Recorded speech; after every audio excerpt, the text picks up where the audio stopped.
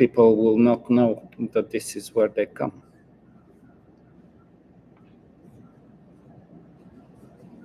Yeah, this is just gonna get really fucked up.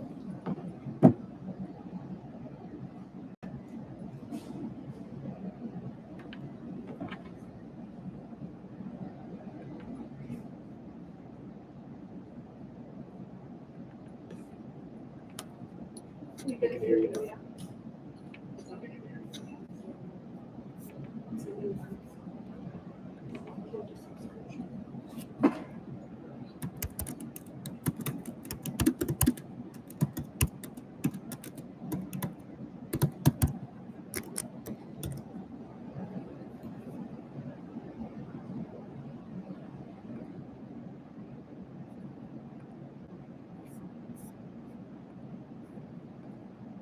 Whenever you're ready, I can have everybody here. All right. You guys can hear me now. We're back in business. I don't know. This is the first time, so should we try to do this? We will try to make the audio better. Just give me 1 second. Don't do that. Don't do that. Why? We didn't configure it that way. I'm sorry. Okay. All right. So I'm glad we're back. So, whew, yes, definitely. I was starting to be concerned that we're not going to be able to have the conversation. I'm so ready. We're just going to give it just a little more time because of all the mishaps. But let me see. You guys are ready to talk about Malinois, huh?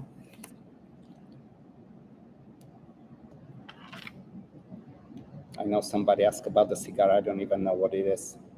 It's Padron Anniversary Series, some really cool cigar. All right, guys, the way we're gonna do, we're gonna talk about the way it's announced, basically. Breeding, selection, development, Malinois. So, as I'm going over certain things, you can ask questions. I have here Taylor and Natalia. They can help me with, so I don't miss questions that are interesting.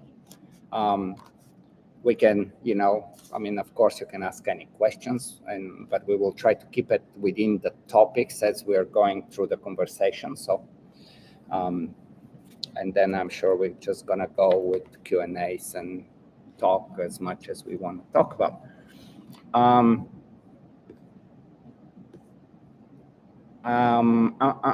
I know some of you know what I do and how long I've been doing it, but I feel like I have to give a little bit of backstory. I've been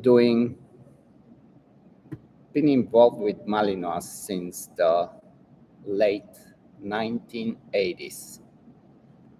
This very, very long time. I wanted to get a Malinois before I even seen one, simply because there were people that were talking at the time about them like they were some incredible super dogs that everybody had no idea what they are. And the way they, people that are in dog sports, the way they will describe them when they haven't seen them before, they would be like, whoa, it looks like a mutt, but it's not really a mutt, because you kind of see the face and you see the expression and you know that there is something else, but it was a big puzzle for a long time. And that's kind of when I started.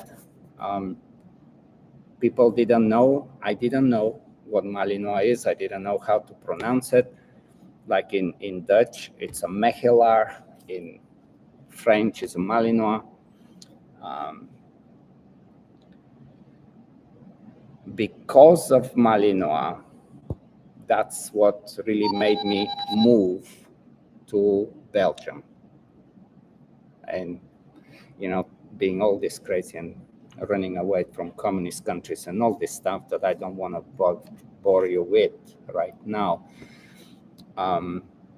But I started with kind of Russian style because it was a communist time in Bulgaria, training dogs, military stuff. And eventually when I moved to Belgium, it was all Malinois and Belgian ring. IGP Schutzhund at the time wasn't really what was interesting to me. I didn't know much about it. And since I was really kind of cracking the door open to find out what Malinois are, it was all about Belgian ring. And going to Belgium, you had all sorts of different clubs at the time. Dog sports were super, super popular. And yeah, so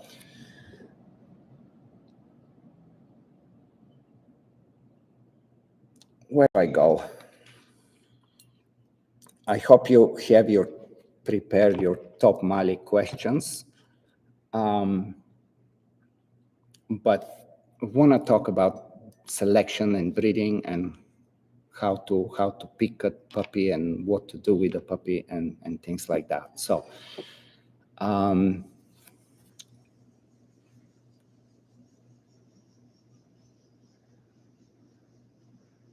it was at the time very like if I give you some story how I got my first Malinois and basically became really good friends with a lot of breeders in Belgium, but most importantly, Luc Vanstebruch, who was the owner and still is the owner, and he still has occasional litters of puppies under the name de Dioputua.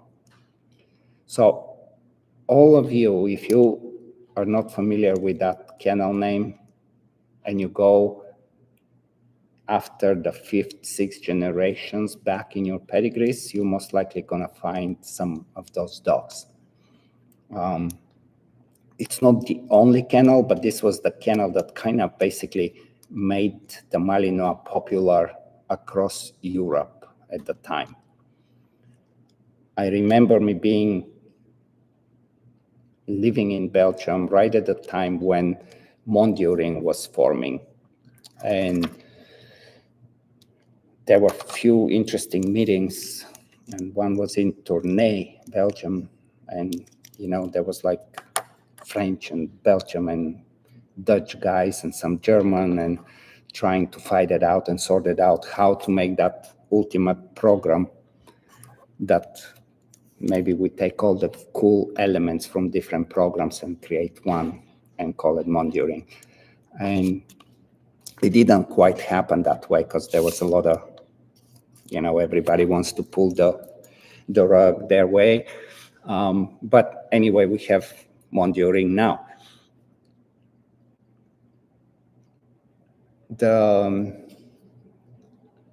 I first started to be really intrigued by breeding with people that were doing Belgian ring.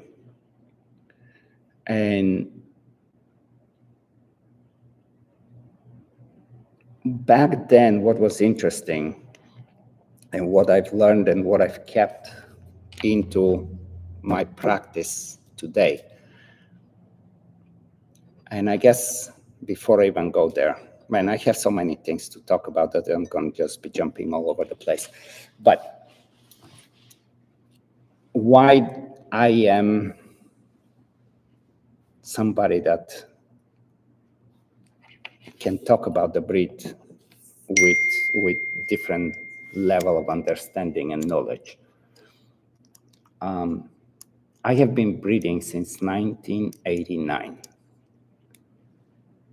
Like, there were few breedings that were not even registered with American Kennel Club. But today, before the call, I went to my AKC breeder login and went through all my charts. And basically,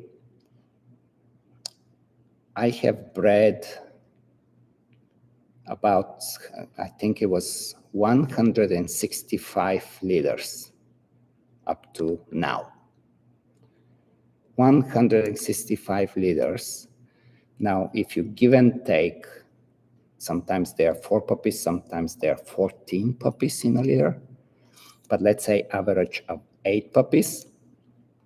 That means that I have bred around 1,300 puppies or something like that. And that's insane. That's a lot of experience. And that's kind of what I want to share with you, because today it's quite often, especially with social media, and everybody wants to,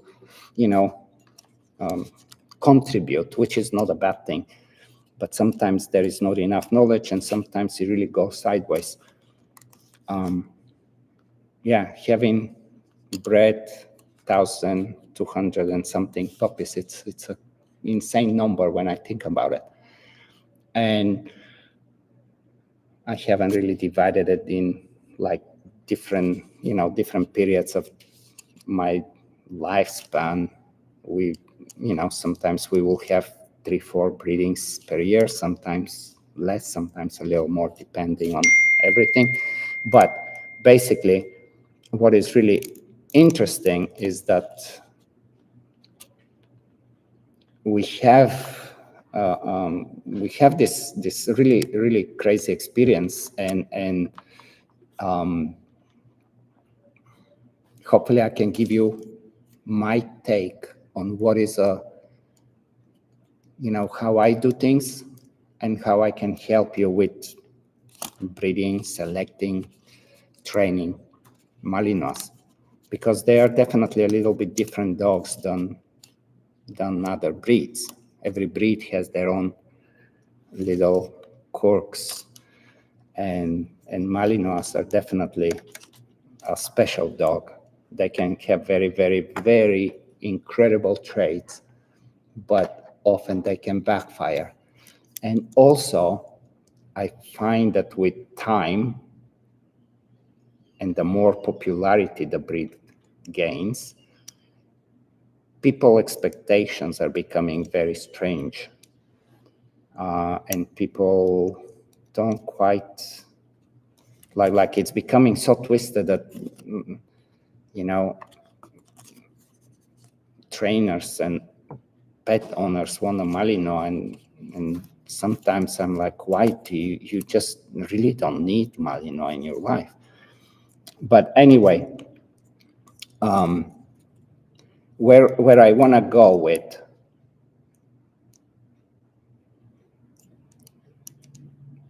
there is, of course, we have show lines and we have working lines. We are talking today about working lines Malinois. Malinois is almost everywhere when you mention the breed. It's understood that we're talking about working dogs. Of course, there are show people that are doing conformation, and it's much more important for them. But these are pockets of small numbers compared to the true diehards like me and hopefully most of you that are listening here. So, I want to go first with how I choose dogs in my program.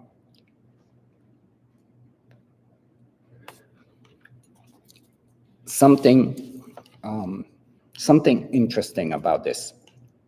That's kind of weird that I just have to talk, and I'm trying to see messages, but I'm gonna stay focused before I start to answer your questions. Selecting dogs for breeding, that's really where it starts. And how do you select dogs for breeding? And there is many different theories. And what should the male be? What should the female be? What the age is? So that's kind of where I want to go. And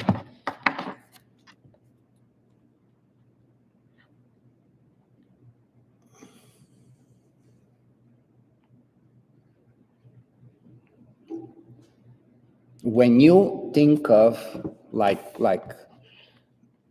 again, I go so far back, and as far back as I go, there is still, I mean, the breed is from a long time. So it's really worth knowing the history of the breed, and it has very interesting timeline and some very sketchy pedigrees at times.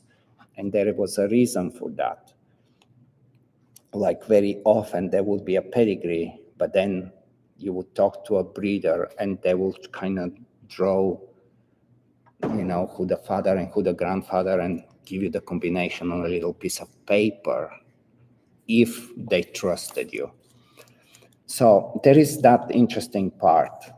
This is way before we can do DNA tests and so on. But it's very interesting part of the history of the Malinois, and probably it's what also still keeps the breed as good as it is today.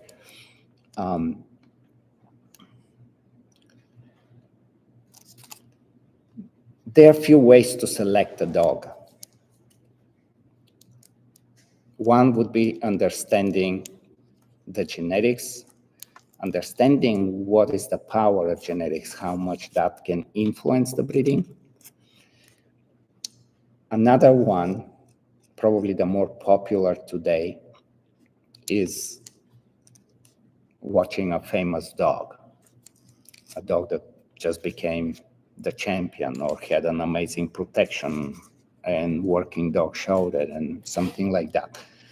And everybody's like, oh, this is the dog. That can help, but a lot of times can be very dangerous way to select who you should choose for breeding. As I said, genetics, bloodlines, very, very important, and understanding what you want to bring in the breed.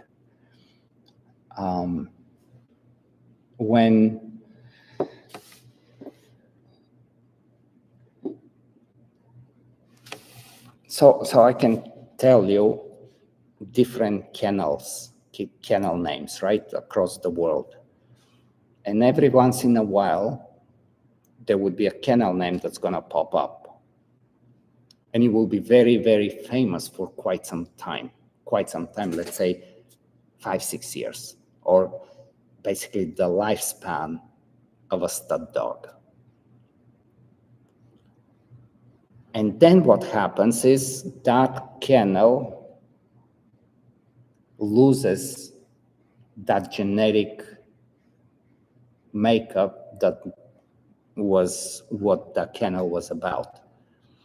And how does that happen is very interesting, because you, as a breeder, you have to understand that maybe you got lucky, or maybe you did your homework, but you figured it out that there is a male that you have that is really producing very nice dogs, whatever that means to you. And it's producing nice dog pretty much with any female you put it on. That's a true stud dog. Now, as a breeder, one of the hardest thing is to learn how to maintain that bloodline and not lose it. And as I said, kennels come and go, and they become very popular simply because there is this one dog that produces nice dogs for a few years. But then what happens is a son or a daughter of that dog goes somewhere else and they start producing. So the line if you want to think of it that way, doesn't really get lost and disappear. It just moves to somebody else's kennel. And now there is another famous kennel. And now they're famous for some years. And if they are not successful to maintain what they are producing, then it moves again and again and again. So that's really what happens. And this is why you will see a lot of different kennels across Europe or anywhere really in the world. There will be, everybody would know them for certain period of time, and then give it 2 or 3 generations, and there is some cool dogs way back in the pedigrees, and nobody ever hears about this kennel again. And it's not that they don't breed or I mean, sometimes they just go out of breeding simply because it's not the same anymore. They lose the genetics. So the interesting part, and probably the art of breeding, and that most likely goes with any breed, but it is about recognizing what you have as a producer and try to keep it in your kennel, try to maintain these bloodlines. Sometimes it gets very difficult, but now it's very easy comparing to late 80s or early 90s or even early 2000s. Now, collecting and keeping frozen semen from dogs, it's very, very easy. And one of the things that I do is I try to follow the bloodlines that I have, and I never really lose them, or I try not to lose them. There was a really special dog, and I will talk to you about a bunch of dogs of mine, if that will be of interest. But I had a dog that I got from Belgium in I think it was 2004. It was under Turkudos van de Duvetore. Johan Beekhuizen was the breeder of the dog, and goes back to Luc van de Bruche's dog and so on. But that dog was a very, very, very cool dog as far as breeding goes. I collected them so much because I knew what I have. And unfortunately, I was, selling semen to friends, or not even friends, anybody that wanted to breed to, simply because he was, I've collected quite a bit, and it was not a problem for me.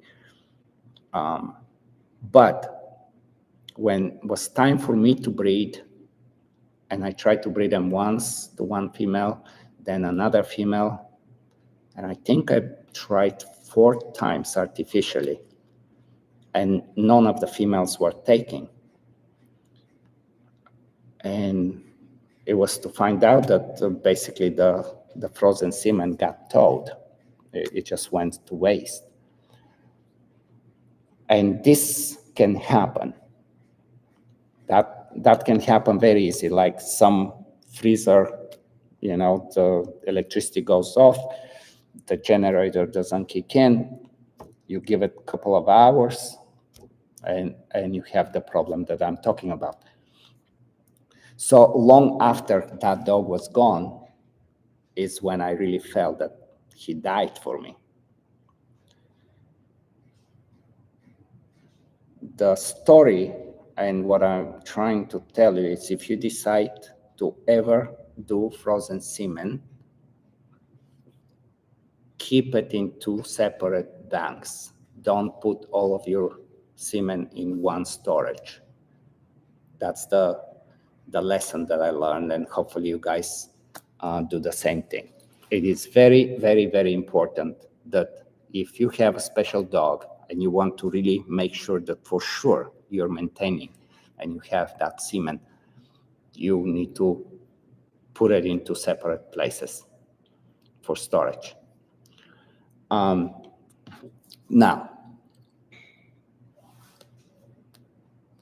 I'm talking so much that my cigar is going out.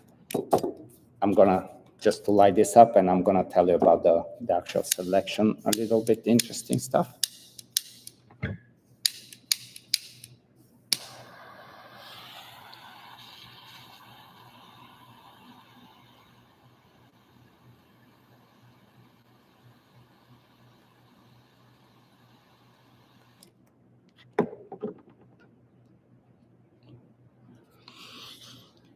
So how do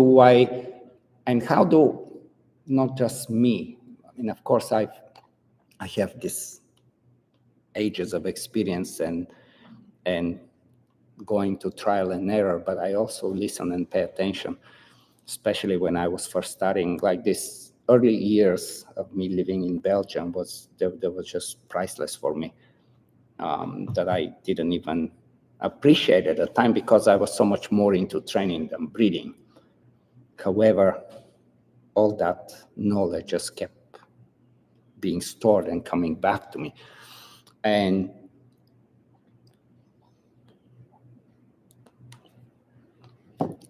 in Belgium, the way they think about breeding, I don't even know how it is now because it's very different. But the old school, the older generation, like much older than me, and it was passed on and on. The idea was to always think of two different strains, two different bloodlines, not bloodlines, but two different types of dogs. And you can call the one line or the one type of dog that is more primitive type. And the other one is more the kind of trainable type. So when I'm talking about primitive type, this is the dog that you ask him to heel and they're like, okay, I'm healing, just kind of doing some bulldozer, like really. But they don't get overly excited about it. But when it's time to bite, they just have these monster grips with a lot of power, like crunching power. No matter how many gauntlets and stuff you're going to put on, you still feel very uncomfortable if one of these monsters gets you. But they're not the kind of dog that makes points. In pretty much in any program. But it's a very, very important type of dog. Then you have the more trainable dog, and you can, for the lack of better way to explain it, you can compare them more towards like the border collie types. They're very willing, very in tune, and very eager to please and do and whatever, which is totally different to the one that I just talked to you about, right?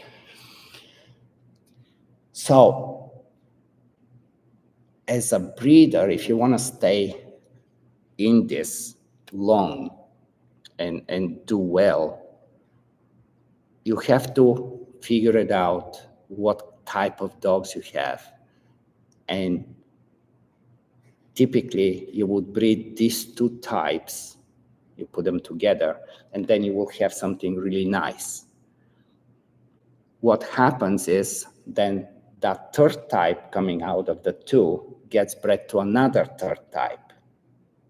And you keep going up that pyramid, and what will happen is you're most likely going to lose either the primitive, actually more often you will lose that primitive type, the more, I wouldn't say stubborn dogs, because they're not stubborn, but they're just very self-confident, dominant, and independent in some ways. it's not that they're not loving dogs and not affectionate. They have a little bit mind on their own. And if you breed only the trainable dogs or the third type to a trainable dog, eventually what happens is you end up with the nervy type of Malinois that everybody has seen at some point. And, we think that, when we breed really good one to really good one to really good one, it's going to keep getting better. And that's not how genetics work, and that's not how you will sustain your kennel. If you don't have it, you have to know what you're looking for, and you have to find it elsewhere to bring it back and maintain it. As I said, like there is times when a breeder will have a very good blood, and then they will lose it. Now it moved to somebody else and somebody else. And if you're still a smart breeder, you can still go back and catch it and bring it back to you. But you need to know what to look for. There were times when it was like in the 90s when the Germans designed the Malinois Curon test. And they made a mistake. They always very methodical, and it's like all data collection. It's like, okay, there is a 4 and a 5, and the dogs will do certain things and they will get different grades, and they basically what they were doing is selecting the top, the peak, to another one and going up the pyramid, and eventually created this really unstable dogs. And it took them quite some time to realize and come back and try to balance this out again. Another thing that I learned that was a hard one, it was the female. Like like if you think of German Shepherds or you think of any breeder, and it's like, well, what is the female? What can she do? What title she has? What is she capable? And I remember the breeders at the time in Belgium, they'll be like, she doesn't bite, but she's a good mom. And she comes from this dog and this dog and this dog. And what was cool about it, these dogs were like, they just had a first name. They didn't even have kennel names. And when I was studying, I was like, okay, I'm going to get into this. And again, I had some really good friends, breeders, and they're like, you should take that female. And I'm like, well, let me see her. What can she do? And they're like, it's not about what she can do. It's about what's inside. It's what she carries and what she's going to produce. And that was a hard one. That was a hard one. But it was a super important lesson. It's not that it's always the case. That's another thing, You can have females that don't bite and they will make shitty puppies, and but that's kind of where the knowledge comes, right? However, the breeding of Malinois, it's really that interesting game of understanding the two types, understanding what happens between the two types and that third type. Maybe sometimes you can keep combining, but eventually you need to get back to origin. And very often, when you know the lines, female doesn't necessarily have to be amazing as far as working ability. I know it's kind of crazy thing. let me check some of the messages here and see what we have as far as what I'm talking about. So I'm not just talking to myself here. Give me a second.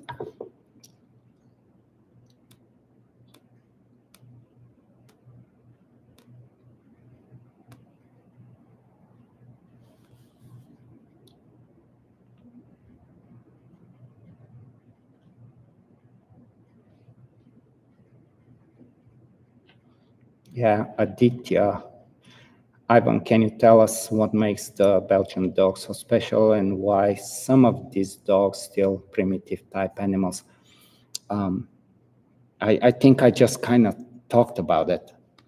I think it's that appreciation, and I'm sure it came from trial and error and following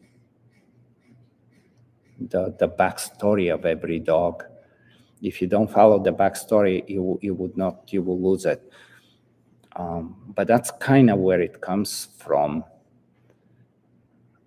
There is the whole other aspect of, the Belgian ring, the program, the rules, the jumps, all this stuff. It hasn't really changed since the beginning.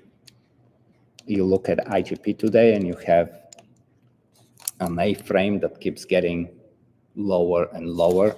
There is no environmental pressure. There are no stickies. The program is becoming almost like a agility type of sport that doesn't allow to test character anymore. And that's one of the things that, in the Belgian breeders and the Belgian ring programs, they still recognize those things and those qualities.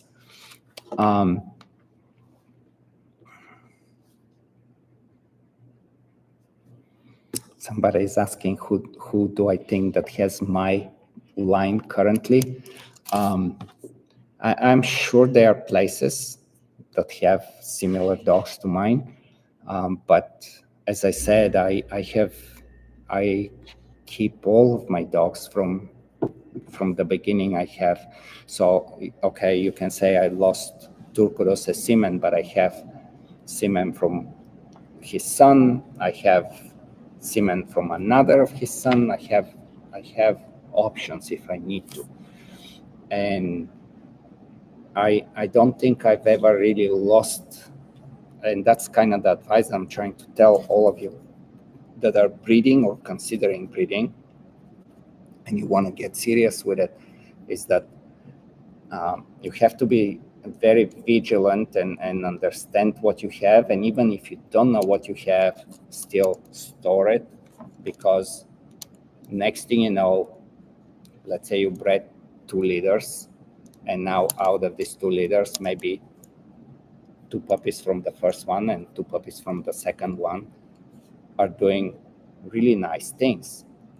Maybe they're not competing, but you have access and you see the dogs, and they're really high caliber dogs, and you know where it's coming from. And you probably didn't think that that dog was the best dog or that combination was the best combination, but you haven't lost it.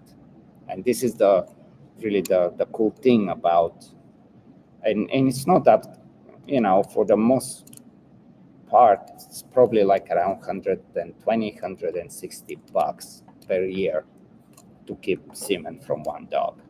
So if you really want to get serious with it, highly recommend that you do that.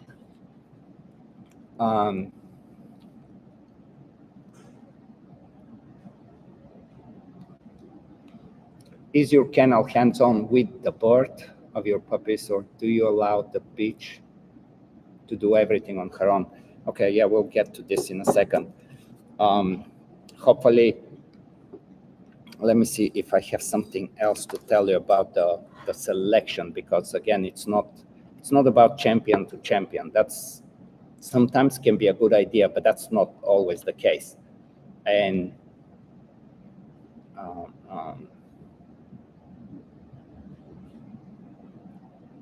avoiding extremes, in any direction, any extremes. But at the same time, have it and understand how to put together and then move away, bring it back.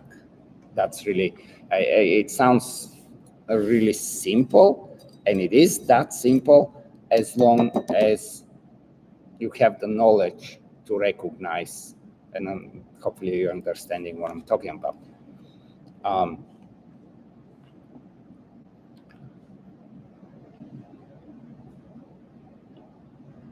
And now we have, we have all the, you can test pretty much for anything. You have all the embark tests, you have the, like all the things that you can either have everything clear on one side, then that means that dog's good to breed to anybody, or if it has something, then for sure the other dog has to be clear of that in order to make a healthy puppies.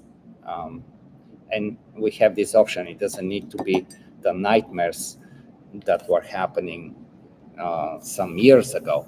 So I definitely, even if you do very, very little breeding, health testing it's so easy and so important and not expensive whatsoever. It is very sad and heartbreaking when sometimes a combination doesn't work, or some puppies end up being born with some, genetic defects, and some puppies need to be put down because they really cannot even make it to get to 9 weeks old.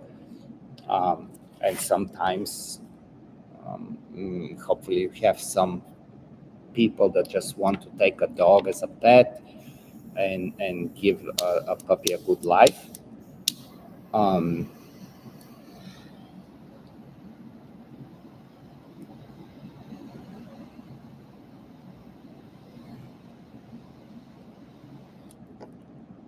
Do we have any interesting questions around what I'm talking about?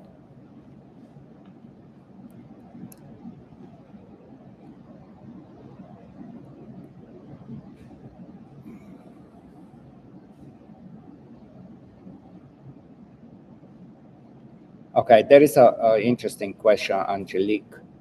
How can you control 80-20 percentage when each gets 50 of its genes from each parent?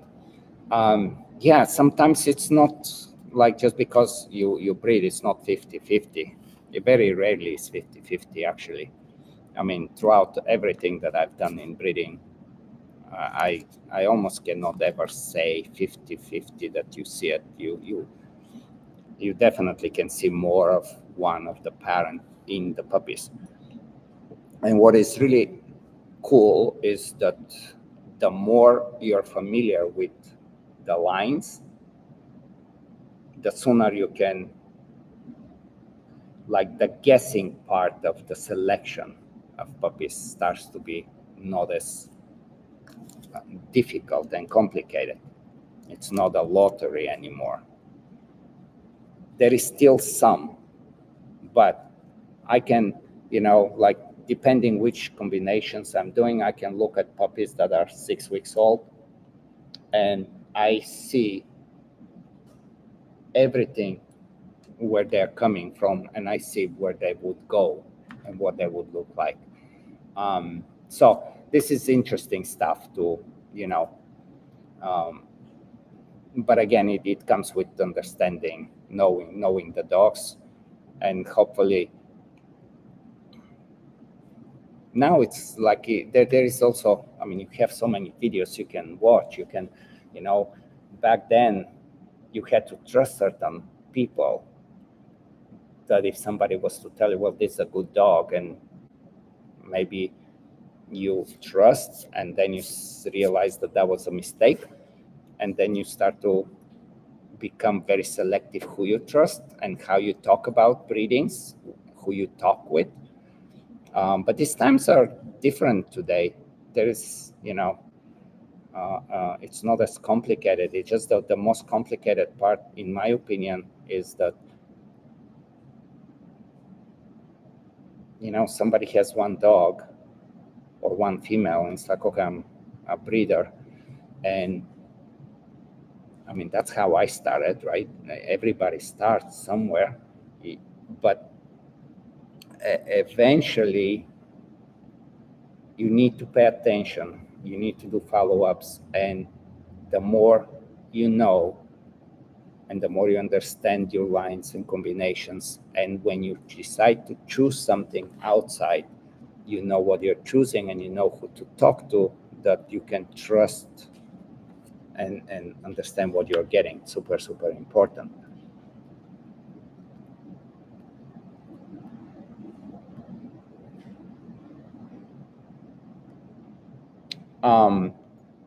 So Elkan, he's in my TWC course, and he's been wanting to hear about a couple of my dogs, Django and Kenny.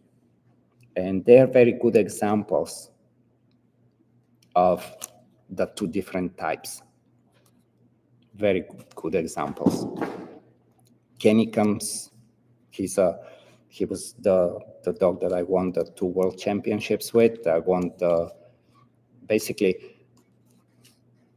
I won in 1 year all the competitions in the States and the 2 world championships. That's how good he was. And he was 6 years old at the time. And then I was like, because I'm some different ways of thinking, I guess. But when that happened, when I really just won everything possible to win at national level and world level in the same year, I was like, I just did everything. There is nothing more to do.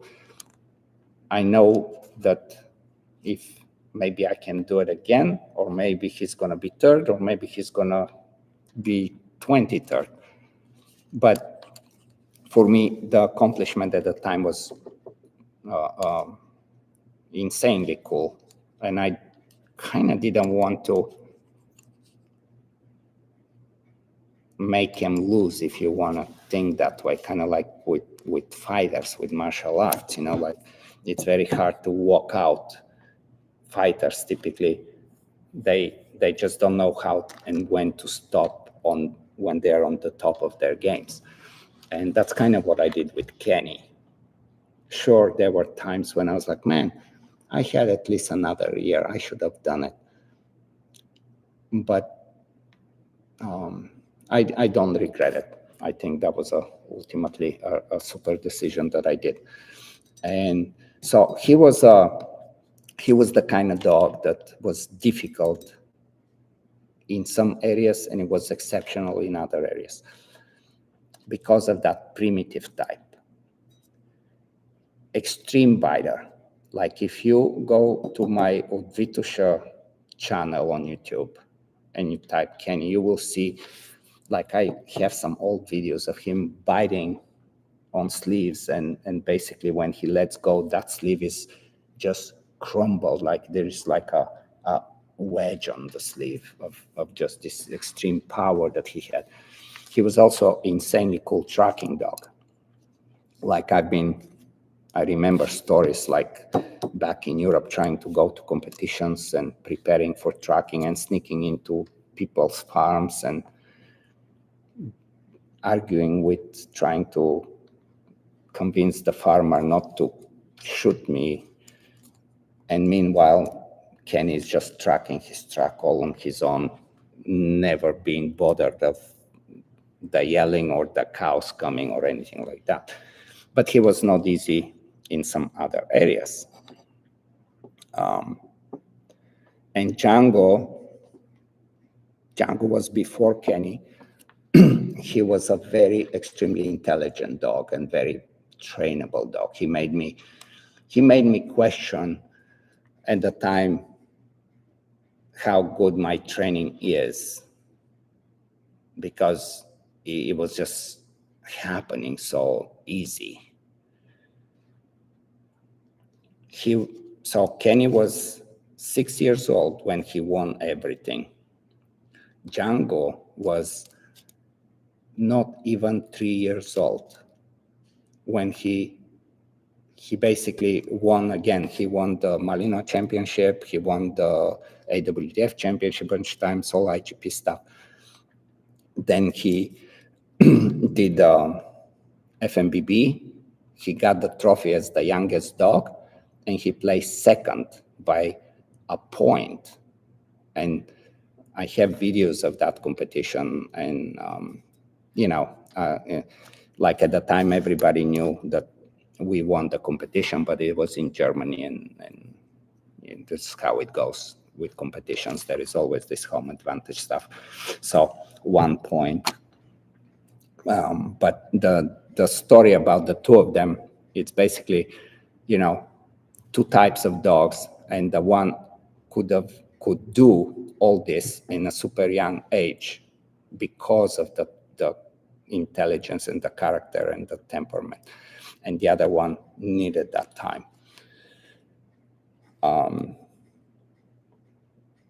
He was Django's story, kind of sad story, because the very next year, the very next competition after FMBB, it was a AWDF competition, all breed. And he got really jammed very, very bad on a long bite. Like he was kind of like a, if you imagine a car that just hits a concrete wall. That's kind of how his body got compressed. I have videos and pictures of that, and I rarely want to even watch him again. So he never bounced back from it. It was always there. He had the heart, he had everything, but that neck injury was very severe, and he was 3.5 years old. So anyway, that's the in a nutshell the story about the two of them. But it was a good example actually of how I was talking to you about the two different types of dogs, and they were very, very good examples. And even today in my breeding, I can pinpoint how they maintain and how they connect, and what new comes in and what I need where.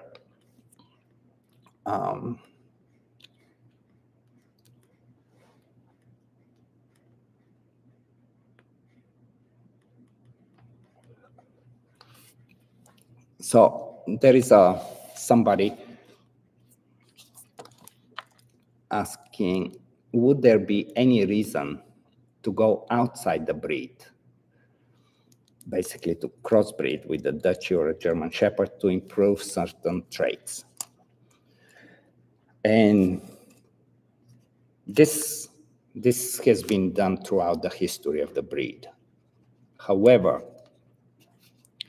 the really good ones, in my opinion, they were not crossed. And I don't want to talk bad about the shepherds, because there's some really amazing Dutches. But there are some of them that are really, really extremely good, and some that are just very almost below average. So there is a way more inconsistency there comparing to serious Malinois bloodlines. There's one of the really cool things about Malis is the consistency of producing the type of dogs that you expect to have. That doesn't quite happen with other breeds. So as much as there is, crossbreedings, and it's done, and it's successfully done, I'm really, I don't know if I should say I'm not a fan, but I've never even for a second has crossed my mind to do that, simply because as small as the gene pool is in Malinois, you still have enough to work with. And, bringing this kind of outcross, it has its risks. Of course, we can argue that as a population in a long run, we need diversity, right? But I don't think we are quite there. So.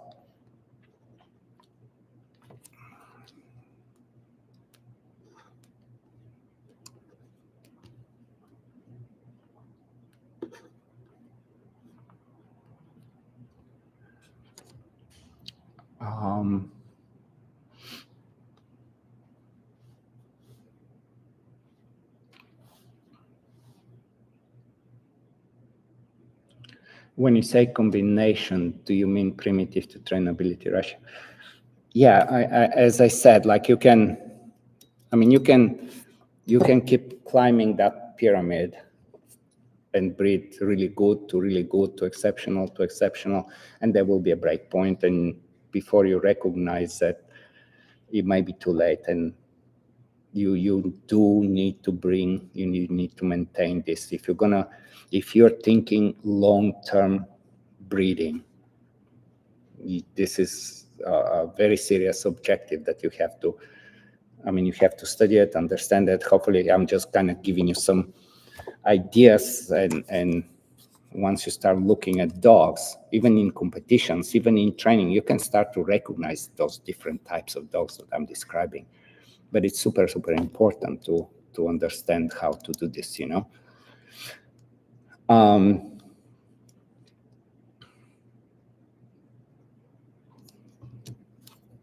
Doug, what is the original question that Angelique has? I don't know how far that is. Let me see if I find it easy, otherwise we move on.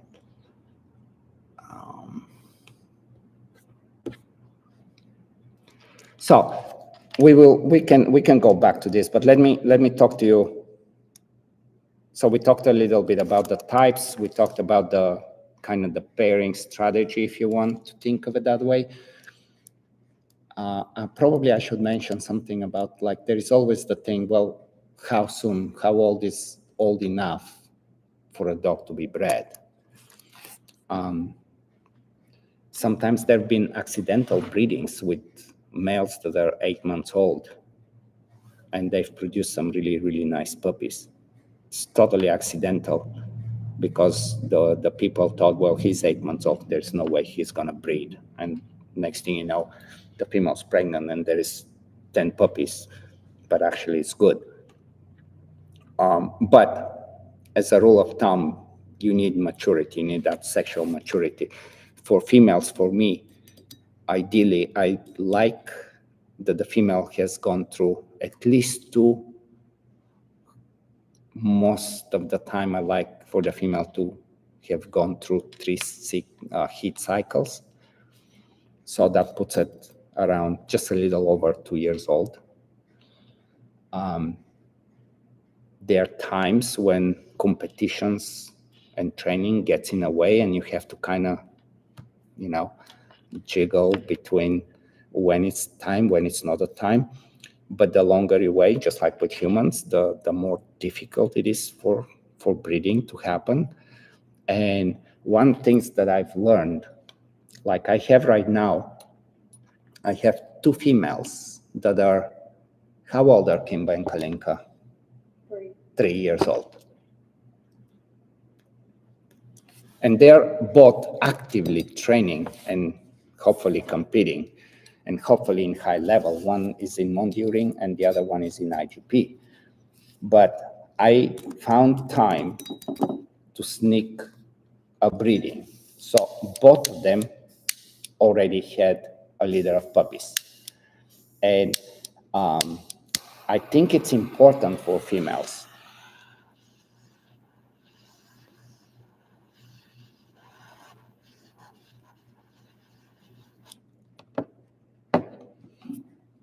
Like, I don't know if I convinced myself in some weird way, but it really makes them complete when they had puppies at the age that typically they would have puppies if there was no human intervention. Like right now, with Natalia's female. I mean, she's just a little over 4 years old now.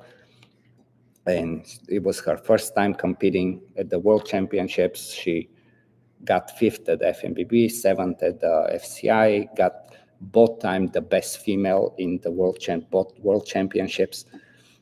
As good as it sounds, and it is, we are still like, man, we need to figure a way when we can breed, and we feel like we are almost at the limit that we're gonna miss the boat. And so, yes, there is a national championship coming, and there is qualification coming, but she's in heat right now. She came in heat today. And we have talked about it, we have planned it, and we know that we have to breed her because it's not good to wait. It creates complications. And as I said, it kind of, a female that had puppies when it was the right time, I think it just makes her more complete. And even for competition's sake, she's just more mature and much more well-rounded, you know.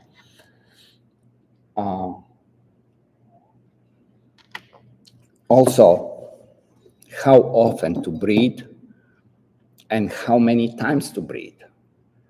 You know, there was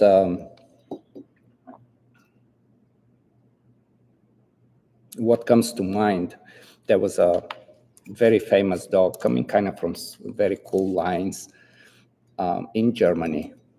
It was owned by Kim Heckler, and he had that kennel. He still has it. Von man, I cannot say Adlerauge, eagle's eye in English. And I cannot think of. I'm horrible with names, so don't get me into this. But he became quite famous with her because she was very solid dog and she did really good in competitions. But he was able to breed her almost every year and still compete. He bred her, I believe she was 11 years old, or let's, to be safe, say 10 years old. And that went against any kennel club regulations and ethical and moral and whatever you want to call it. And at the time they kicked him out of the DMC, the German Malinois Club, because of doing this. And he was a judge and he was everything. And she still produced really good puppies. Now, having said that, yes, you can have exceptions, and it's very difficult to have, like, I don't like when the kennel clubs decide for a breeder or animal rights activist. But it's a toss-up, you know, there is the pros and cons on this, because there is stupid people that do stupid things all the time. And all right, so to say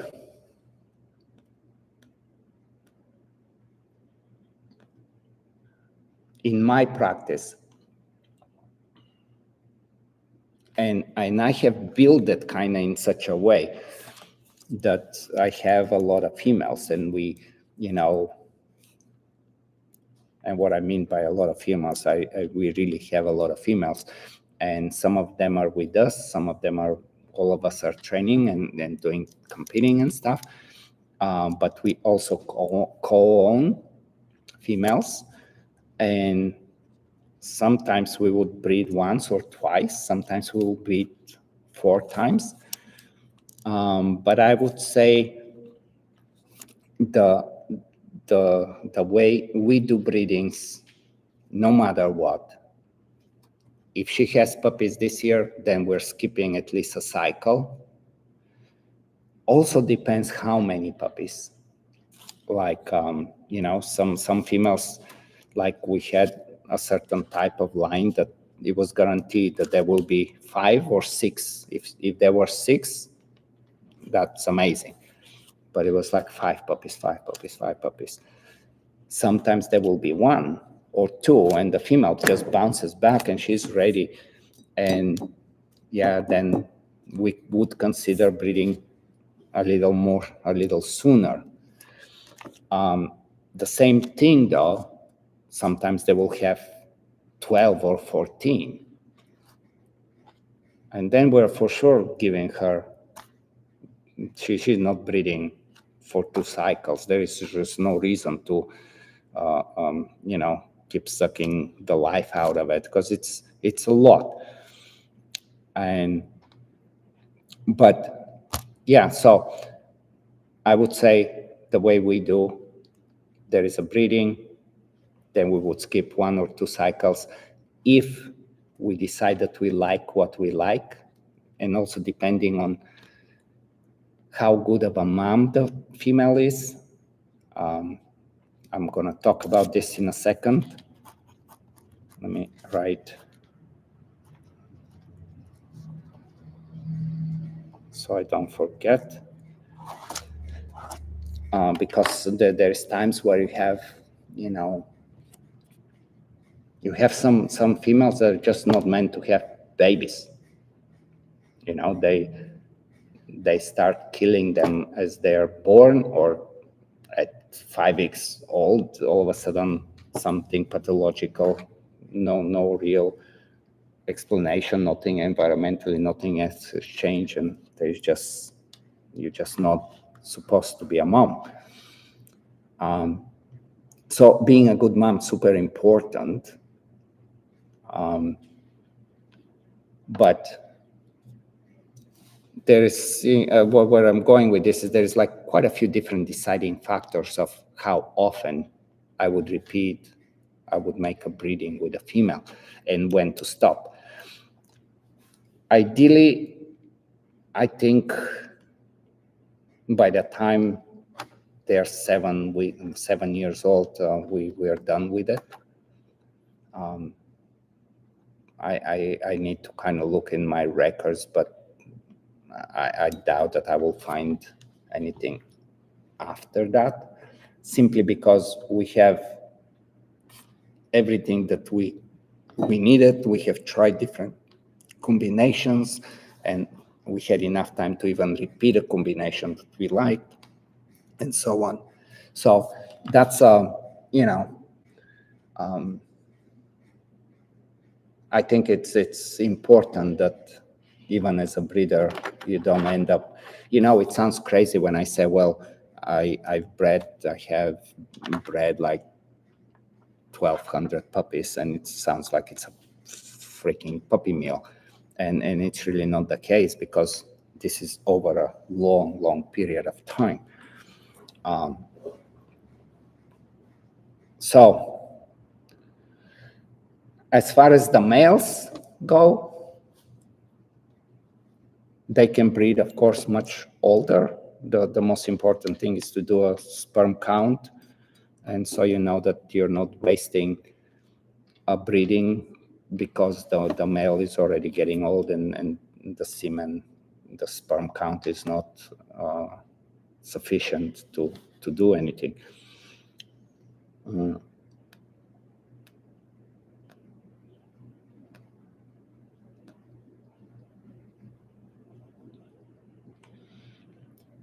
Aditya, hopefully I'm saying the name right, Aditya.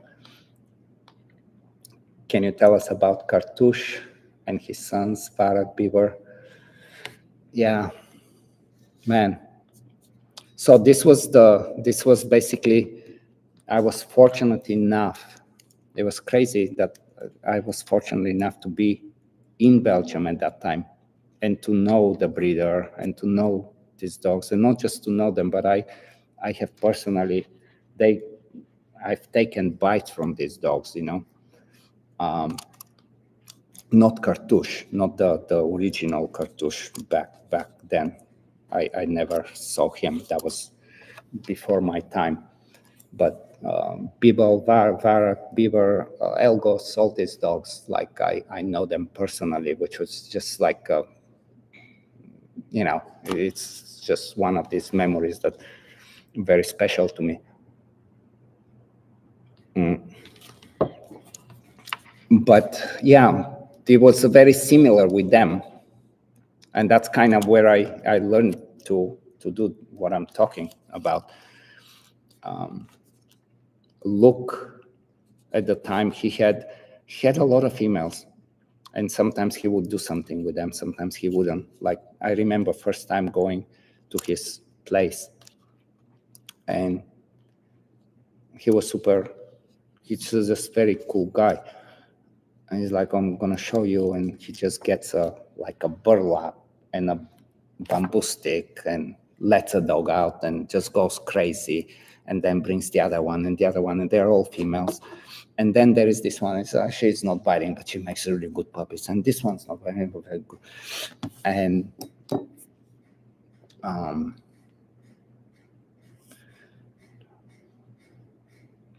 but yeah, the appreciation and the knowledge, I think it's always there.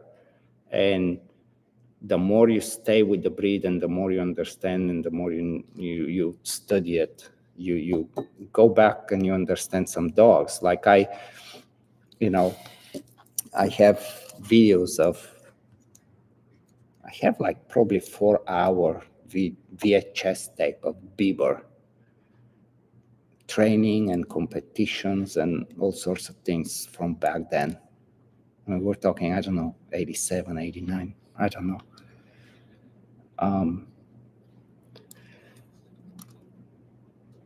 And even today, after, who knows, let's just guess, let's say 15 generations, I still can see traits and qualities that are just never going away.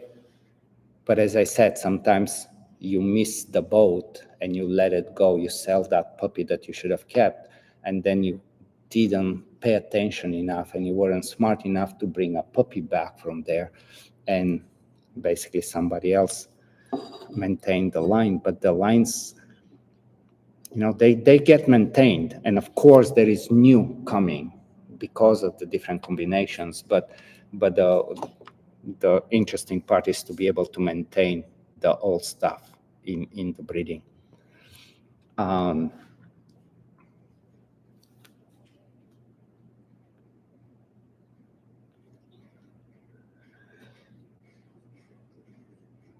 You guys interesting, having fun with this, hopefully?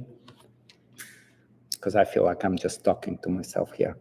It's tough when it's not back and forth. Maybe we have to figure something. Good, I saw some hearts coming out. Thank you. Yeah, some reinforcement for me, right?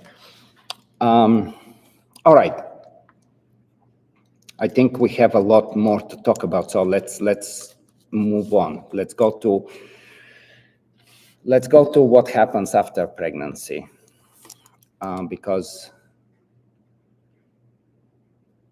now with all the neuroscience and all the knowledge that we have and all the data that we have, with all the research with animals and humans, we really understand how important it is what the mom's life looks like before she gets pregnant, as she's pregnant, and as she's raising the puppies. You definitely need stability. And for some, that may require much more, and with some, you don't need to be as concerned. But again, even something as allowing the pregnant female to have just quiet time, not to be stuck between two crazy dogs and doing the matrix in the kennel all day long and being all neurotic just because of that environment. like food and sleep and just stable environment, I think it's extremely important for the future of the puppies. There is always the nurture versus nature, and that debate is just probably never ending, just like the Malinois pedigrees. But if I have to lean on one side, if I need to put my money, it will always be the genetics, because when the genetics are strong, a lot has to happen in the environment to affect them. But having said that, I still am very careful how a female, when it's time to have puppies and when she's pregnant, what her life is about. It is really, it is one of the most important things to me as a breeder, I would say.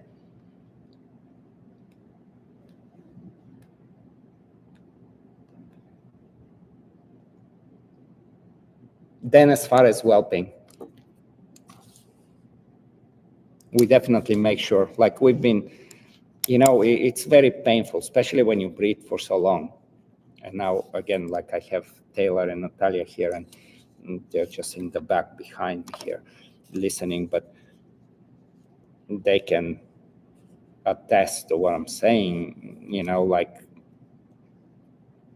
a female starts to whelp, and you have no the slightest idea how many puppies to expect.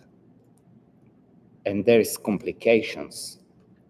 And complications happen, not it's not uncommon. So one of the really another advice that again requires some money, but it's really well worth it. Don't just do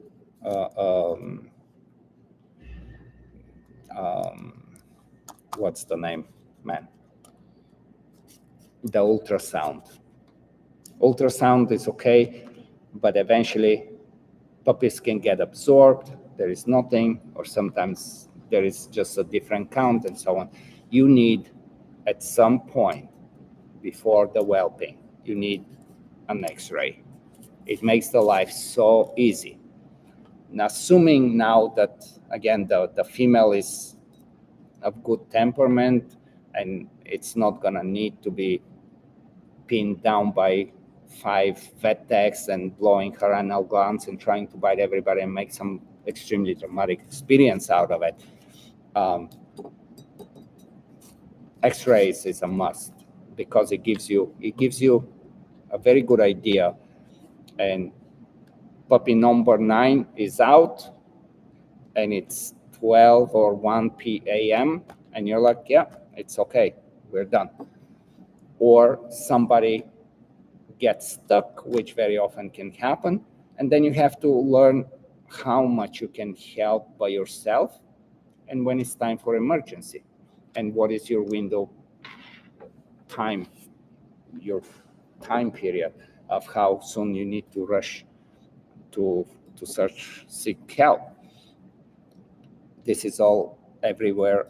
You can find that information, but definitely, again, as a breeder, highly useful, and I cannot recommend it more than what I'm doing right now. Now,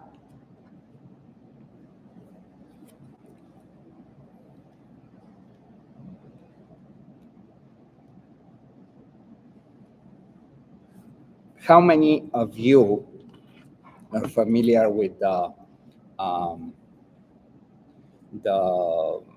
what was it called? The biosensor program, the super puppy program, the military thing that, as they are very young, like eyes are not open, they don't like regulate temperature yet, But we are doing this kind of very interesting stimulation. Yeah, some of you I can see that are familiar with this. They do very interesting stimulation. Like, for example, they would get a little Q-tip and tickle their little paws just to make the brain register what's happening. And you're basically really awakening the brain and putting body and brain a little bit faster together. Holding them upside down a little bit, putting a little cold towel for a moment, and basically giving all these sensual experiences and either bringing some curiosity to the brain or just a little bit of stress. And the idea is that it creates it's as it goes by its name, it's the super program and whatever. So when that came about, I was very excited, just like everybody else, and it was sold as something legit. Now you already know I'm against it. So again, just consider how many breedings I've done in my life. There was a moment in time when I was really like, okay, let's do this. But then I was like, well, how do I know if it's working or not? Like, really, how do I know? And what I did, I don't know, but at least for 5 or 6, 7 breedings, what I did was I split them, and I did half puppies on the super puppy program, and half were just left alone.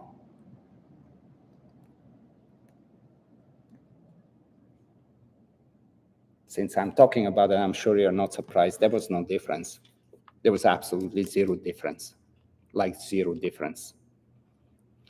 And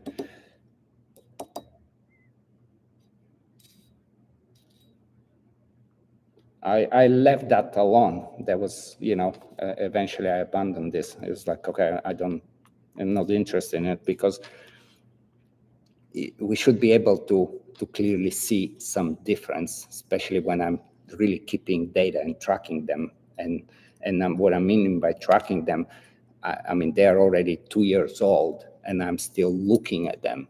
And no, it's like, no, absolutely nothing,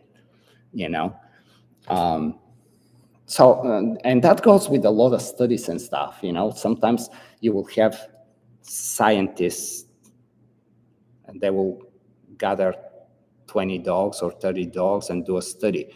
And it's going to be based on these 20 dogs. But they're also going to have that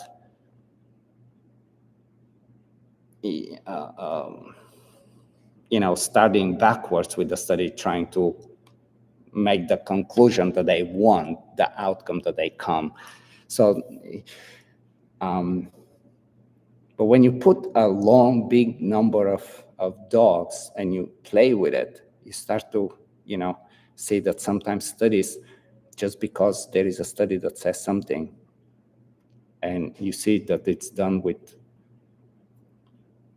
very small amount of dogs, and there is no really follow-up. And then even in the study, you can kind of, if you know how to read studies, you can see the holes in it, which every study has. So anyway, that was one thing that I was like, okay, I don't need to do that. It was exciting to try, but clearly didn't do much. And so the next thing,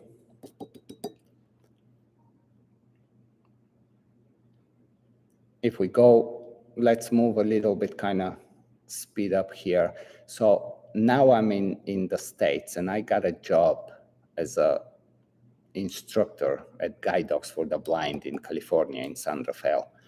And they had their own breeding program.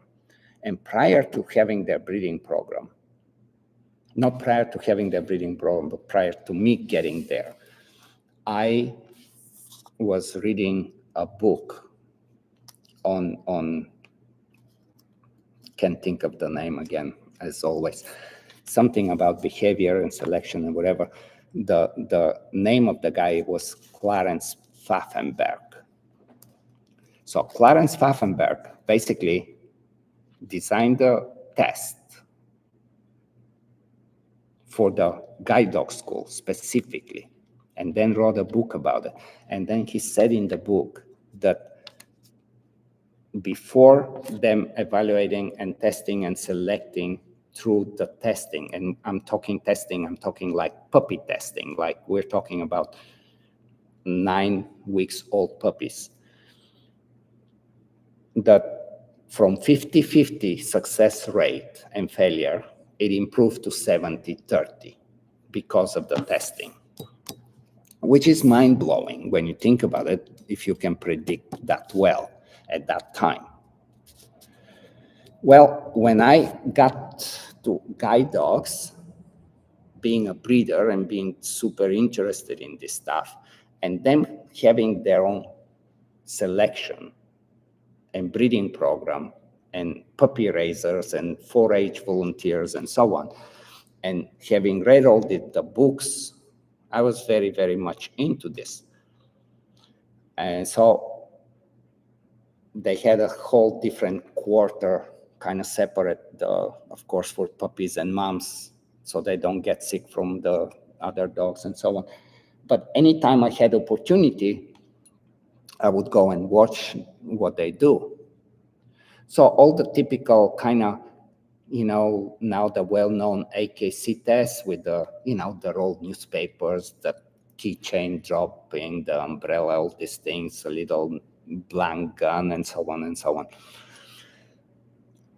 And everything, very diligently, they keep track. And again, it ended up being a farce. It's just not the case. Even today, I haven't been in touch with guide dog trainers or anybody in there since late 90s, but I can bet everything I have that nothing has changed and that they still have the same success rate as far as the dogs that fail and the dogs that graduate.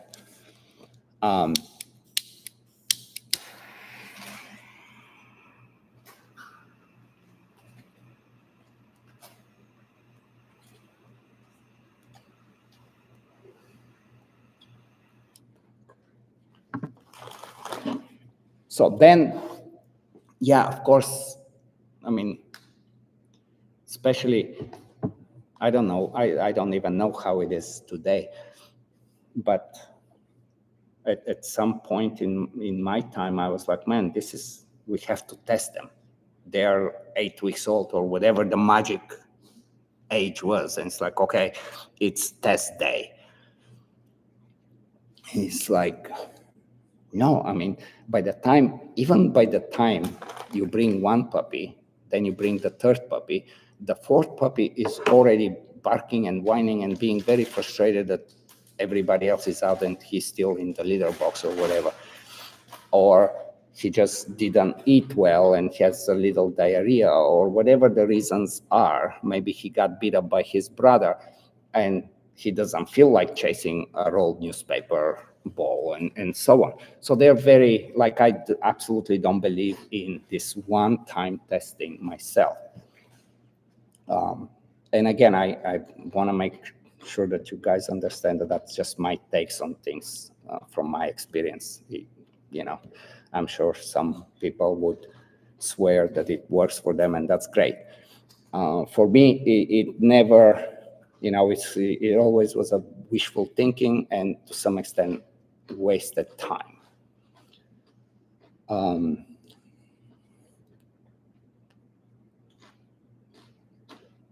So one of the things that I like to do, because I'm sure you're starting to be curious, so what do I do? One of the and I don't know how long ago we came to this conclusion, but I decided that I will never when puppies are born, I would never put different colors and, know who is who. For many reasons.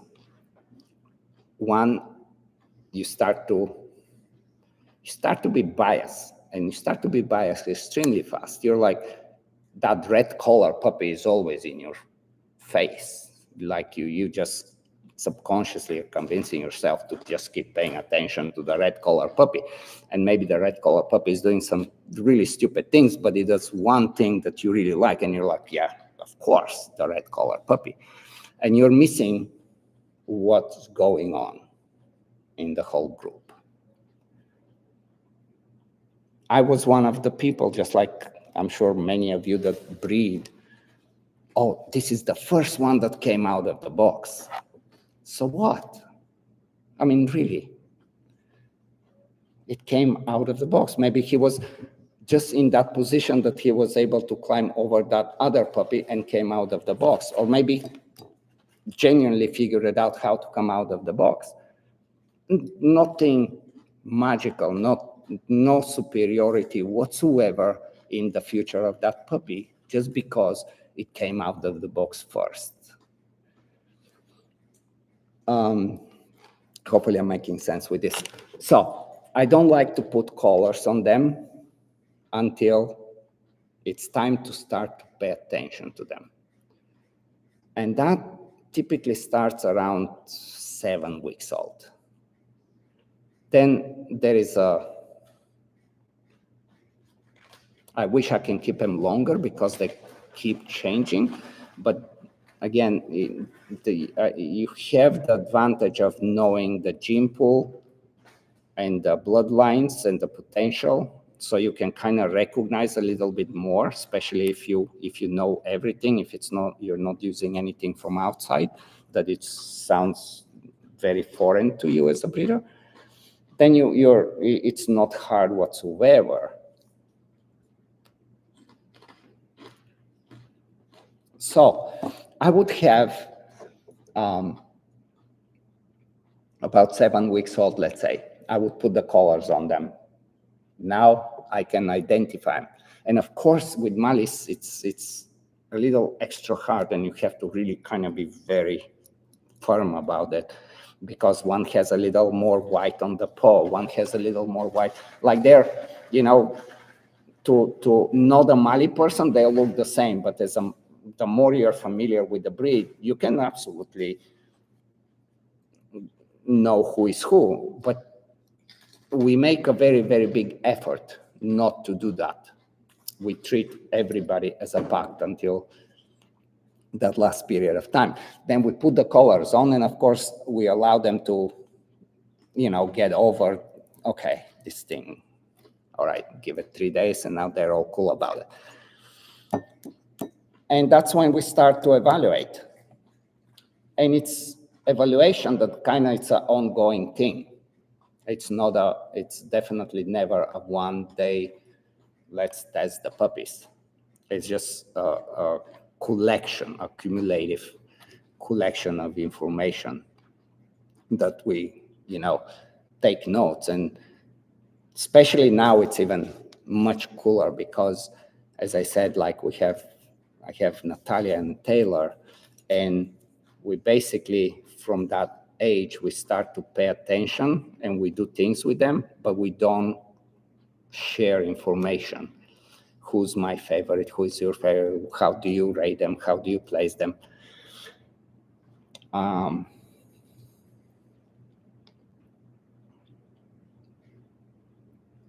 Depending on the breeding, you will have few options. You will have sometimes extremely uniform litter. Like you will have 8 puppies that will really just be very, very similar in everything they do. And sometimes you will have different variations.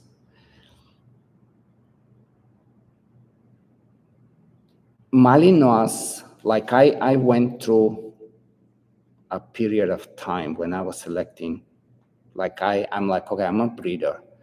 I know everybody. I know the breed, the lines, I know this, I'm gonna select now puppy for myself.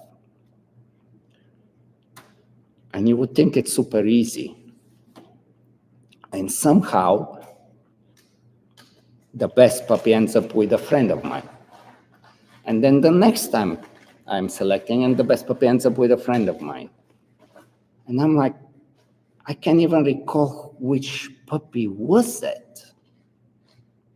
And this is the interesting part that I want to talk to you about. It's a very, very interesting part.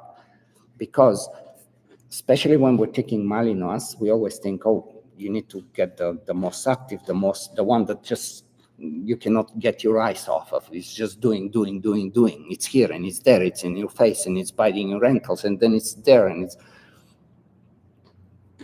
it's not, I would, again, depending on the lines, but as a rule of thumb, that's not the puppy in the litter. Very rarely it is that puppy. They end up a little bit too hyper, too nervy, too much in some way, not as balanced, if you want to think that way. And then I started to kind of think, and again, just going back and looking at the parents, looking at the videos, looking at them now being 3 years old and so on, and doing a lot of comparison. It's very time consuming, but when you like doing this kind of stuff, it becomes an obsession. And it's an obsession that you very rarely hear me talk about this kind of stuff. And that's kind of what prompted me to make this video, because I should do something much bigger than just a life like this one day. But it's very easy, even for an experienced person, to say, okay, there is these two that are very awkward and kind of standoffish and unsure, and there is these three that are just in your face all the time, and then there is this four in the middle. The four in the middle, for me, end up being the most interesting ones. And it's the four in the middle, typically, that end up being somebody later on, more often than any other way. That took some years of hard mistakes, of me selecting a puppy for myself, going all the way to like 2 years, 3 years, and be like, man, I look at his brother, look at his sister. How did that get missed with what I consider myself having experienced, right?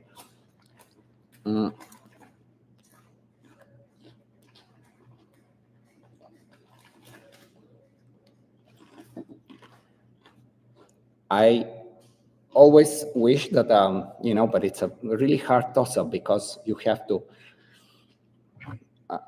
like if I have an opportunity, 10 weeks, 11 weeks, 12 weeks, you start to see way more.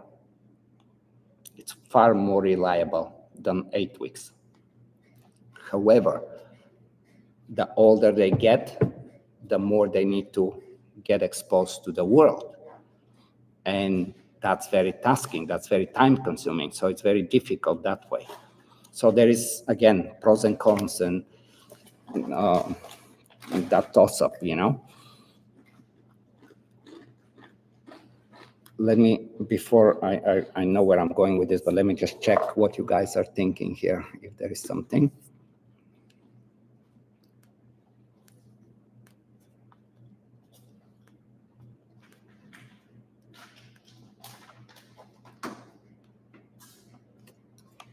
Okay, so let me what I want to talk now. It's another kind of interesting and very complex. It's not really a problem, but we make it a problem. Sometimes the puppy that goes into the new environment and we let all of them. But there is that one that kind of goes and stays away and pretends that it's not there.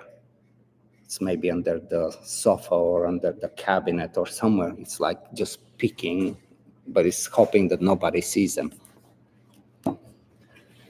How many of you will write this puppy off if you were to go and select a puppy?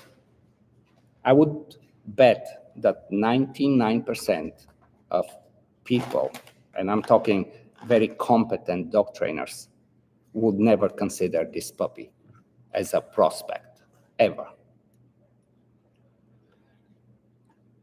However, there is something interesting about those puppies. There are still two types of these puppies.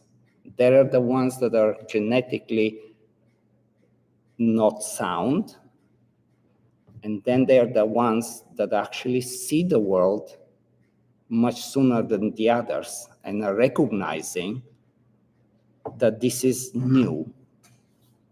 And now they have to decide, is it dangerous or not? That's intelligent. It's not a bad trait. You can have the other one that is just super bold and is just, I'm here, what are we doing? But they're not there yet. They're not seeing the things yet. And they may go through what we call later on the fear period, or they may get stuck in that period. And they really can become that insecure dog as they grow up. So I watch a puppy like this, and that shy puppy that is very observant and very aware is like, okay, let me come out. And he comes out, and then he goes back and does that in increments. And it's exploring, but it's exploring on its own terms.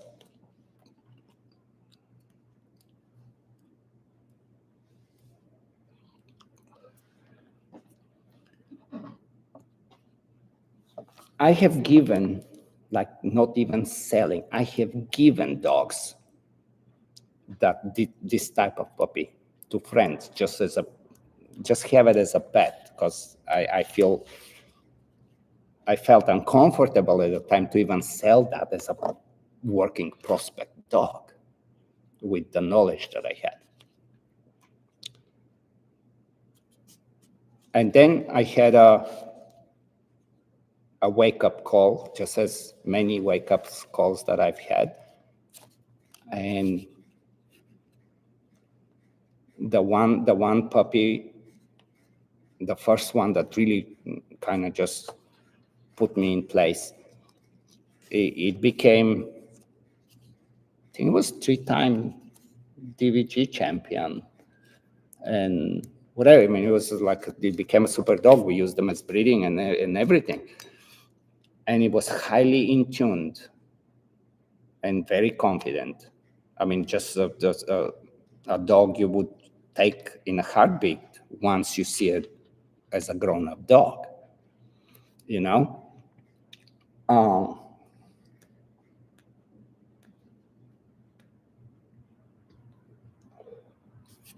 So I will give you something to think about that is interesting here.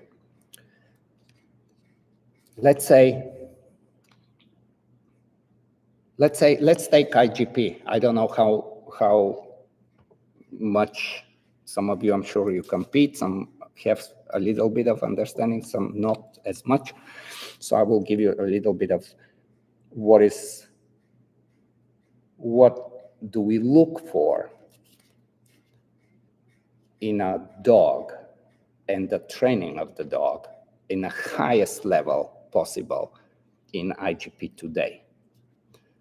And that means that one of the things when we talk about obedience is that almost extreme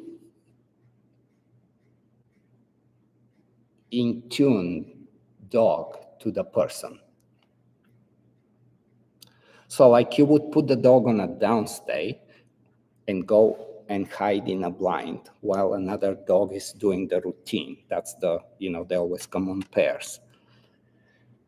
And this dog's gonna go and lay down, and it's gonna stay there like a sphinx, like just dead focus at that blind, not interested in anything else that's happening but their person.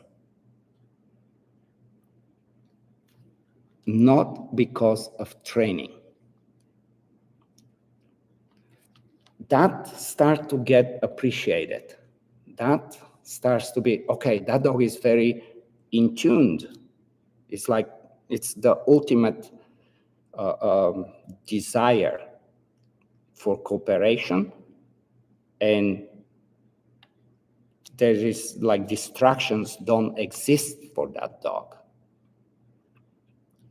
Now you have a different dog, and you have to work very hard to accomplish this with it. So you're gonna put them on a down, and then you're gonna stay in the blind, and then you're gonna surprise them with some release and a toy, or you're gonna work hard to make them stay vigilant and expect that something's gonna be happening. But you have to train them to expect that something's gonna be happening, to where with the dog that I was telling you about, they don't expect. They are naturally just, it's me and you. And I'm here and you're there, but ultimately I want to do things with you, and I'm waiting for this to happen. You go and you watch competitions. And again, IGP is just the prime example of this, because the other, like the ring sports, they don't emphasize on this. And I'm not trashing that, because it's just, again, different criteria. They all have different things. But now, like, let's say FMBB or the FCI, and you see dogs do sit out of motion, do down out of motion, do stand out of motion. And the moment the person walks away, the dog starts to bob its head like, okay, well, what is that? And what is that? And what is here? And what is whatever? And then there is this other dog that everybody would have never touched. You give them a position, and they just go. And that's it. That's it. I mean, you can come right next to them and go, hey, and then they will not that they will not acknowledge it, but it doesn't mean nothing to them. They're like, you're irrelevant. I'm doing something with my person. And there is something extremely special about it. So again, it's a give and take. And there are things that you have to consider as far as what you want to work on, what you want to have as a given, and how far you want to go in competition. So you can say, well, what about protection? Mm-hmm.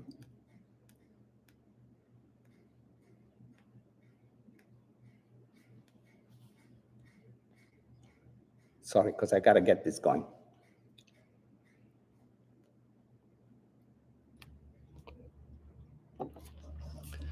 So we're staying, again, I'm going to, hopefully we will have enough time, or maybe we need to do part 2, I don't know. But I want to go into the ring sports, and then I want to compare the different programs, because it's super, super interesting, everything. But one of the big differences between IGP and a ring sport is that in IGP, we like the dog to show some dominance and some aggression there. So like if they come to the blind and start barking, it's not just a rhythmic barking. It's not just, I'm doing this so you can throw a toy for me, because you can train that way too. I don't want to get there, different topic. However, that dog that's a little bit more aware, that unsureness, and they're like, I'm coming in the blind, but I'm not sure who's going to win there. It's a little bit like this, right? And with experience and proper training, they learn how to win.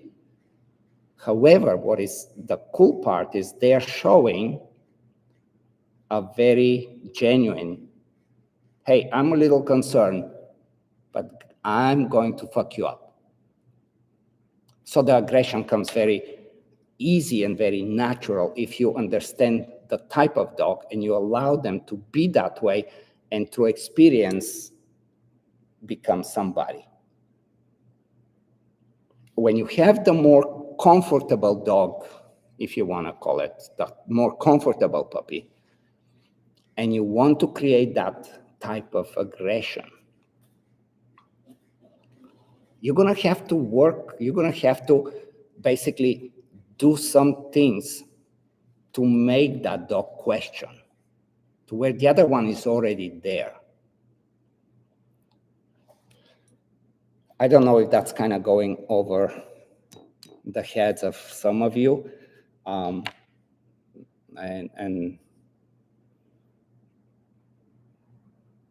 But that's one of the things about, you know, when we are selecting dogs and we write off very quickly the dogs that are, they just see the world the way the world is, and they're like, I don't know this world. Why should I just come out? And then you say, well, but the other one's coming out, and look at them acting out like nothing's happening. Yeah, they don't see it this way yet, right? So it's a cool stuff to think about.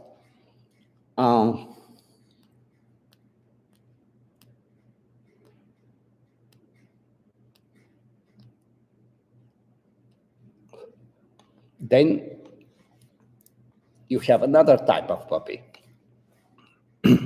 If you watch some of my latest videos, I don't like to call puppies or dogs reactive, because reactive is such a generic umbrella word that covers so many things. But you have the dogs that are, you know, they're just a little more sharp. They act, they make decisions sooner before they are convinced what it is, but they already have made a decision how to approach.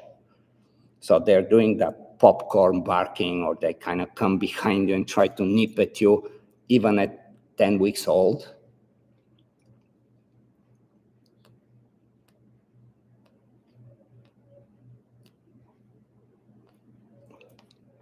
And we think, well, he's unstable. That's not going to be a good working prospect.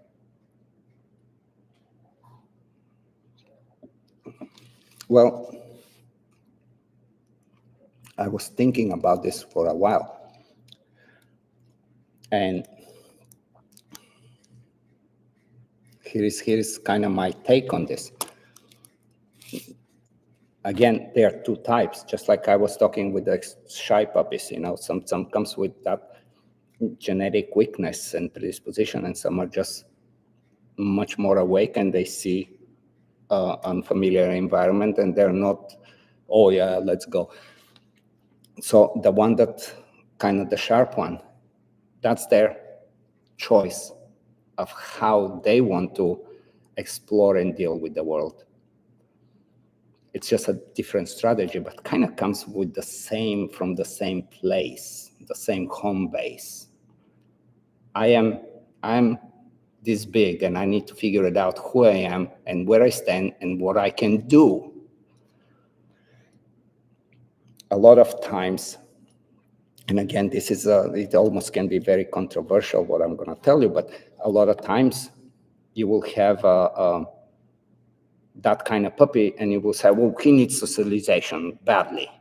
We need to just start giving him food and go places and let him see people, and we need to. Now, there is good and bad with everything. The good is that you're becoming proactive.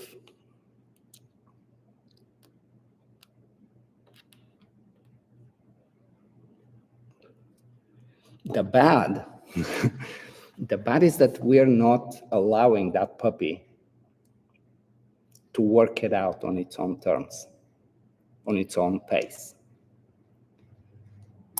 Sometimes he's like, okay, I'm gonna act super scared, but also super forward and see what happens. And then they take notes. And it's almost like like a kid that goes to some martial arts schools eventually and starts to learn some skills and starts to learn what they can do. And that confidence starts to replace the insecurity. But they had to go through the insecurity to gain the confidence. And it was that experience that they needed. So if we were not to allow them to have that experience, then I can argue that that puppy is going to have that question mark for quite some time and maybe for forever. Well, who I am, who am I, where do I stand, right? And so sometimes just giving time is super important when you select and when you actually take a puppy. Sport people are the worst. They I mean, sometimes I am this way too. Very impatient, and you want everything to be right. If you do any dog sport and you've seen an extremely special dog, and you know the person, and that person, the owner, can be honest with you, they will tell you 100% that it wasn't a smooth road, that there were problems, and there were recoveries, and there were problems, and there were recoveries. But there is this thing about patience and understanding, and also at the same time knowing when you are really hoping and you're really fooling yourself and you need to cut it off. But for the most part, I would say that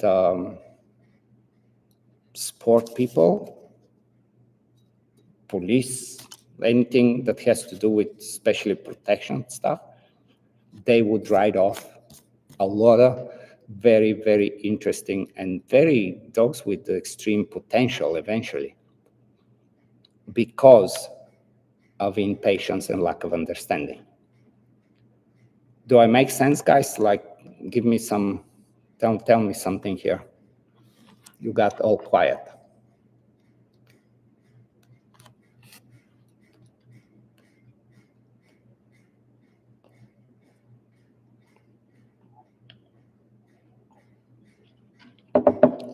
Now, we know how everybody does, not everybody, but it's, you watch all the social media and you see the little puppies doing crazy stuff. I mean, crazy stuff, just to get to their food, right? Just to have their meal.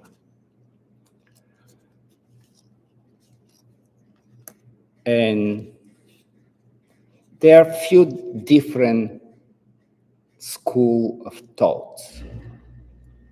And you kind of need to decide where you want to go.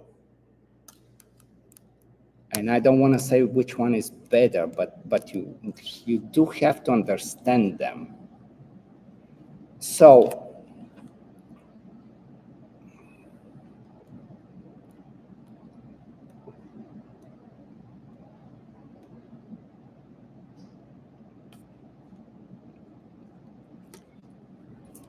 which is the norm with Malinois puppies, right? So what do we do with Malinois puppies as a somebody on YouTube or TikTok or whatever? We're gonna let them all, the whole pack comes out and the rattlesnake comes in and a bunch of bottles drop down out of nowhere and some fans and noises and all sorts of stuff. But we present it in a way to where we say, hey, this is not scary. This is just happening, but it does mean nothing. And that's easy message. With few sessions, they're like, yeah, of course, nothing is happening. There's just background noise. And you can go far with that, very far. Now you have another, which I consider much more interesting way. And instead of going with the group, with the pack mentality, you do one or maximum two at a time. But you say, well, those bottles with the rocks, they could be dangerous. So accept them as dangerous, but let me show you how you can go through and win over them.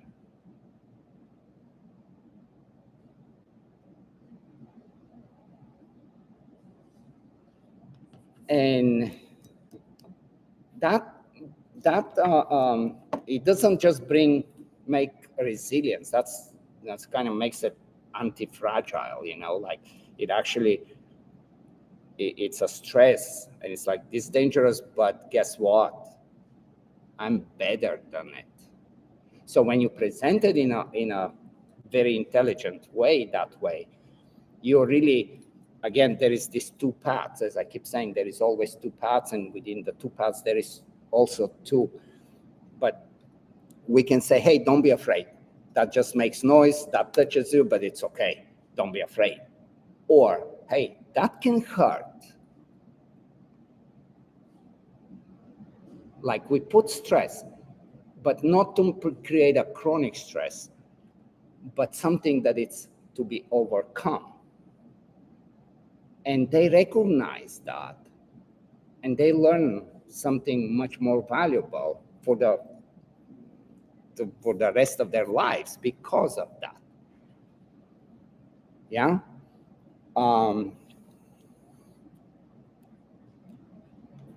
The other dangers, there's many things like I'm talking because I've been on every side of this story.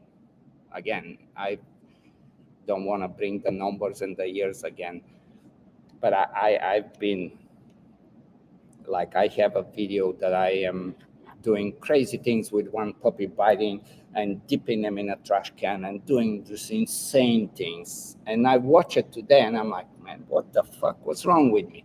What I was trying to prove.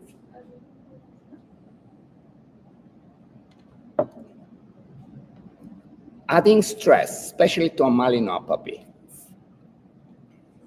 it can be quite dangerous because of their temperament too.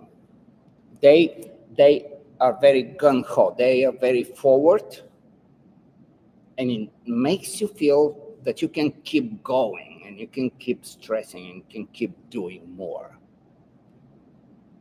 Before you realize that you've reached a break point and there is no return no more.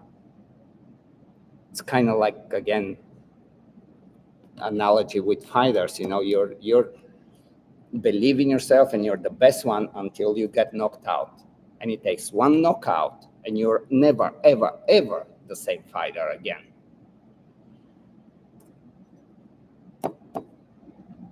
When you do stuff like this with all of them, and you say, okay, I'm gonna desensitize them and I'm gonna make them bulletproof, stable, and they're gonna handle all sorts of noises and all sorts of things. Well, there is the one or two of them that maybe that's the worst thing that you can do to them at that age. They're still questioning who they are. And we feel, okay, well, they're gonna become resilient. We're gonna just overflood. And yeah, you overflood, but what it looks like acceptance and confidence, actually can be just a moment of overflooding and the receptors kind of shutting down, and they're like, okay, it is what it is. But they take a note, and that's not a cool thing. So I think you're getting my point. I am also, I like to stress intelligently every puppy, but make them understand that, yes, this is scary, but you can do this. Instead of, hey, this is not scary, look, it's just touching you, it's just making noise, it's not scary. Very different take, right?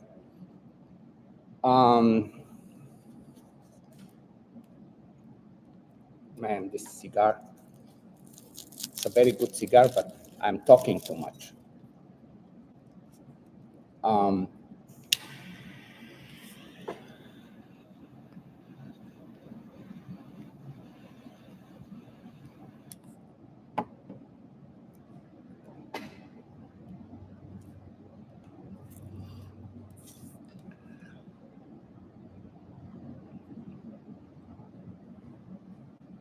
I don't know, I like for puppies to have a good mom.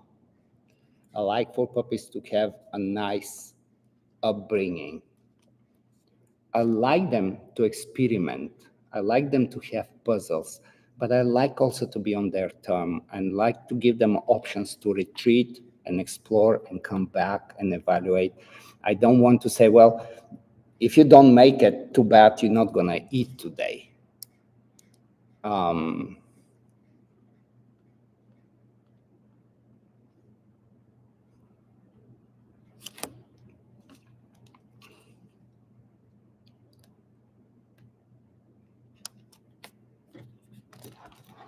Let me see.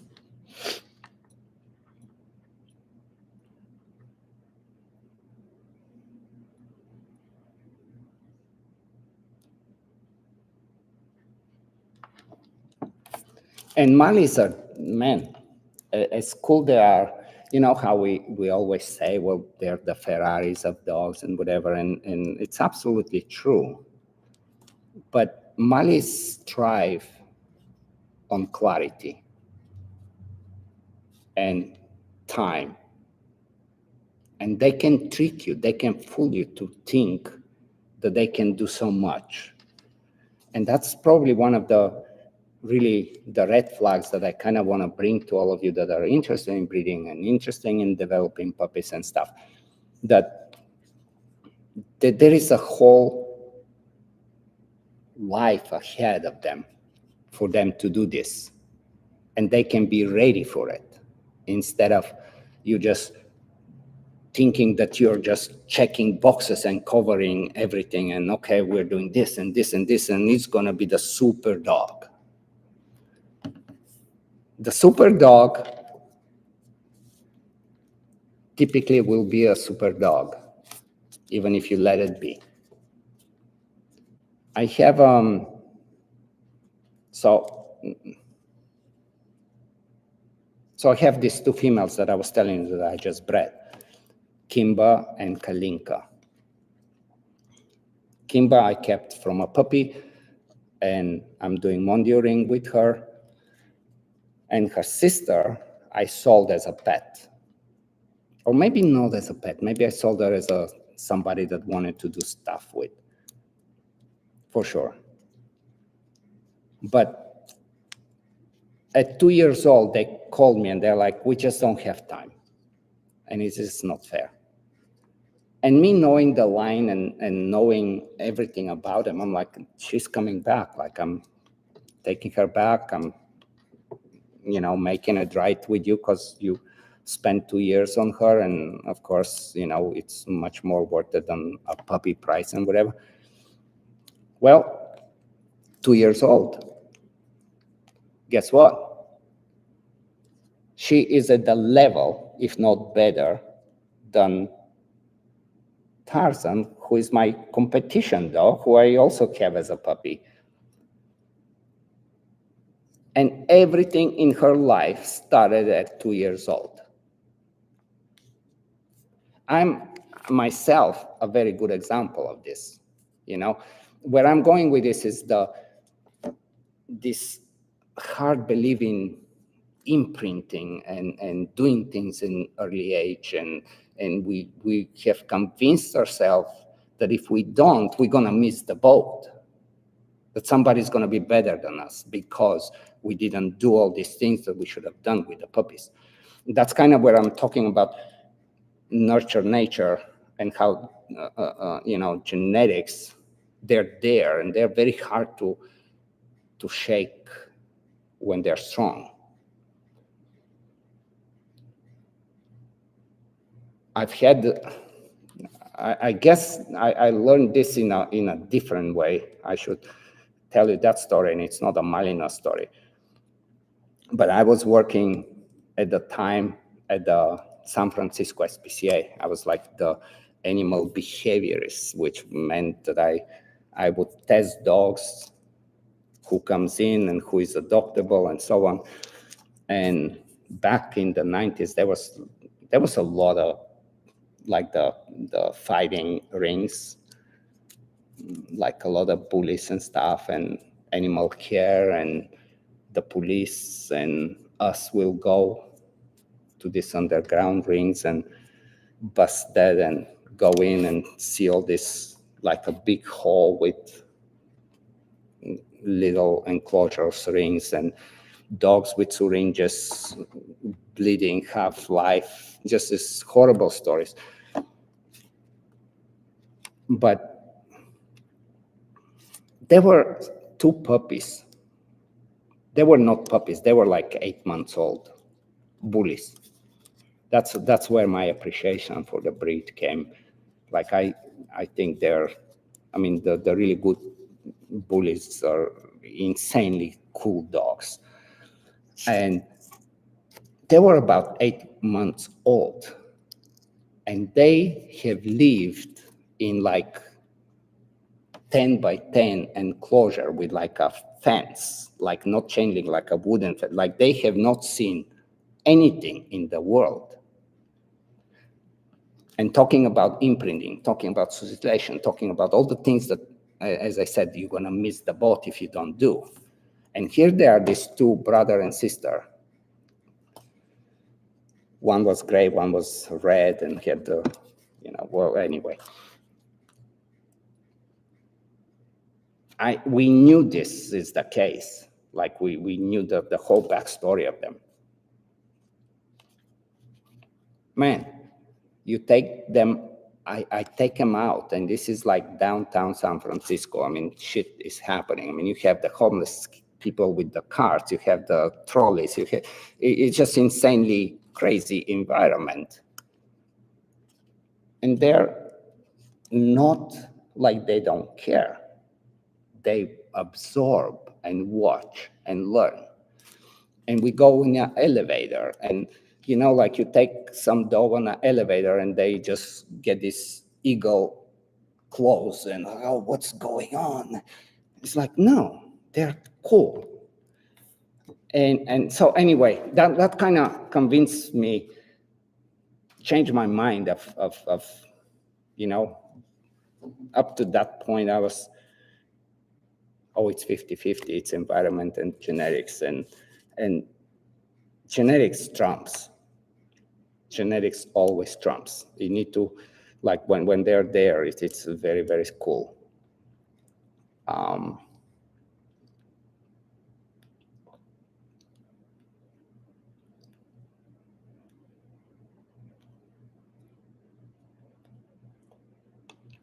All right, I can go on and on, but let me stop the monologue. Let me see.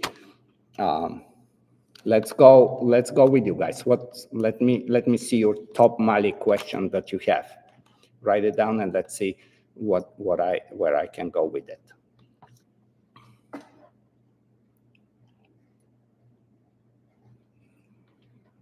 I'm sure you gotta have some questions that I'm not touching upon.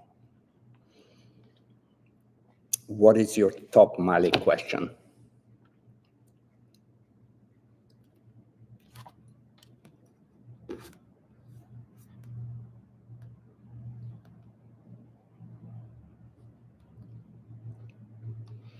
I like it. What do you think about giant schnauzer?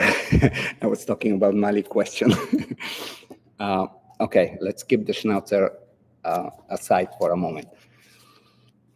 Okay, Angelique, easier to train, male or female? That's a good one. It's a good one. In my early career, like I started with a collie. That was like in Bulgaria, and like the lassie, you know. But back then they had this very sturdy, very different type of lassie type of dogs that, you know, but it was a female. Then the very first Malinois that I got was a female in Belgium. As I told you, I haven't seen a Malinois. I just heard people talking and the passion and how they talked about it. I was like, I have to have this, which is becoming a problem now today. Everybody wants them, and not everybody really needs them. There's so many other dogs that are so much better for some individuals. The female Mali, so I'm going to, again, the story, it's a priceless story that I've actually used in my breeding career. I knew a person that knew a person that knew that the Diopotois breeder, Luc Van Stebruch. And this is at the time, as some of you already know, this famous cornerstone dogs like the Bieber and Varak and Elgos and Nelton and whatever. And I'm going there and I'm like, I know what I want. I need a male, and it has to be dark. And I go in his kitchen, and it's this tradition of how you have, you know, you have lunch and you talk, and there is this 8-week-old male, dark, beautiful, just in the kitchen. And I'm like, that's the kind of puppy I'm hoping now that I'm gonna get.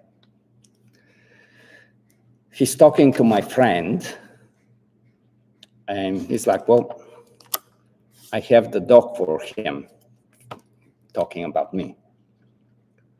Let me bring her in. And I'm like, oh shit, it's a female. So he brings her. Well, she's not a puppy. She's 4 months old. And she has white socks. We're talking like white socks. And this white here. I mean, everything that I did not want.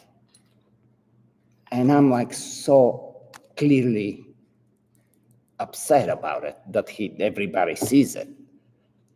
He asked Luca is asking my guy, he's like, well, what's wrong with him? It's like, he wants that black puppy. And it was this close for him to say, just go home, you know, in a nice way. And we went back and forth and back and forth. And finally, he was like, okay, take the female and take the black one. And in 2 weeks, you bring one back. I get goosebumps telling that story every time. It was just so smart of him. So smart of him. Of course, 2 weeks later, guess which puppy I'm bringing back? There's no question, you know? I mean, they were just incomparable in any way. Like if I knew what I know, or if I knew even a third of what I know at the time, it would have been amazing. She ended up being my foundation female for my kennel. Ended up being, I think, I placed 12th place at the FCI World Championships with her at the time that Americans nobody thought that they can do anything. 1992, I think it was. And it changed everything, how I think about male or female. Like, for sure, there is something about your personality, and you just, if it feels very strong, don't go against it. Go with what you want, male or female. But if you can just pass that, and you can look into what you want to do and who is more capable, then, male or female, it just changes. It's just not a factor. It's really not a factor. And we can say, like, you can argue this is very different. Like, just take German Shepherds. It's very, very rare that you see a super female.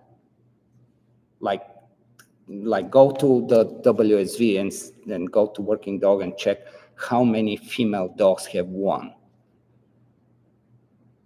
I haven't done it, by the way, I don't know. But I bet it's not more than one or two, if that. Malis are different. Females they are just as good. They will not, like, a good male or female Malis. It's like you just don't look at them when they work. You forget about male or female. So, but I get it. Sometimes, the person is convinced, and there is that connection that you make, and if you cannot make the connection with the sales, that it's not what you've convinced yourself, then you shouldn't do it, because it's not going to go well, right? So that's kind of my answer on this.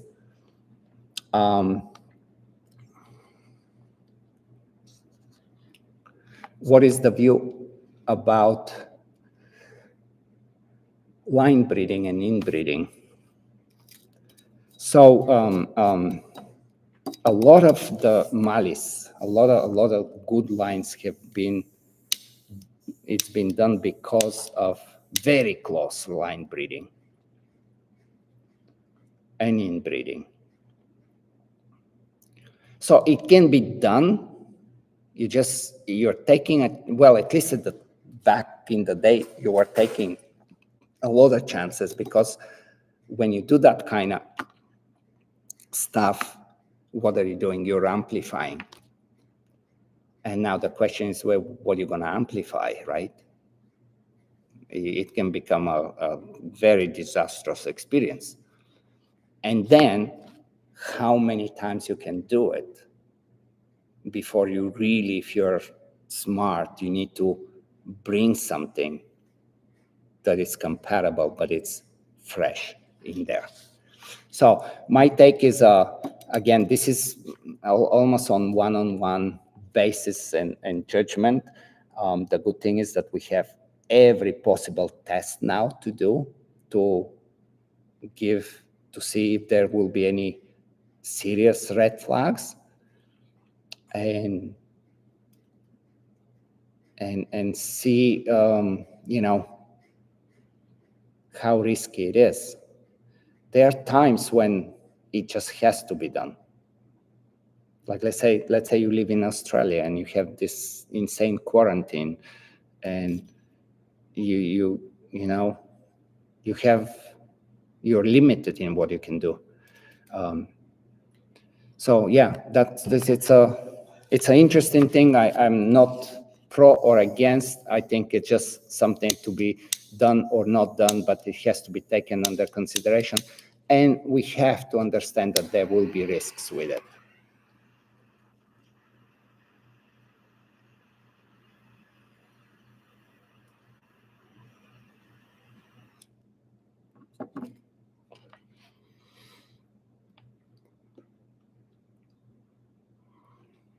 I'm just reading here.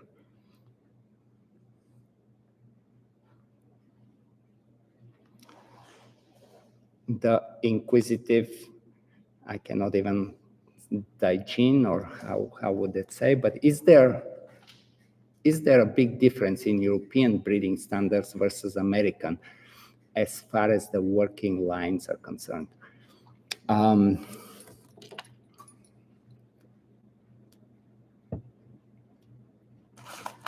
That's an interesting question. All of these questions, like we can go for days talking about this stuff. So if I bring you the example with the DMC, the German Malinois Club, and their Kioron early on when they decided to do it,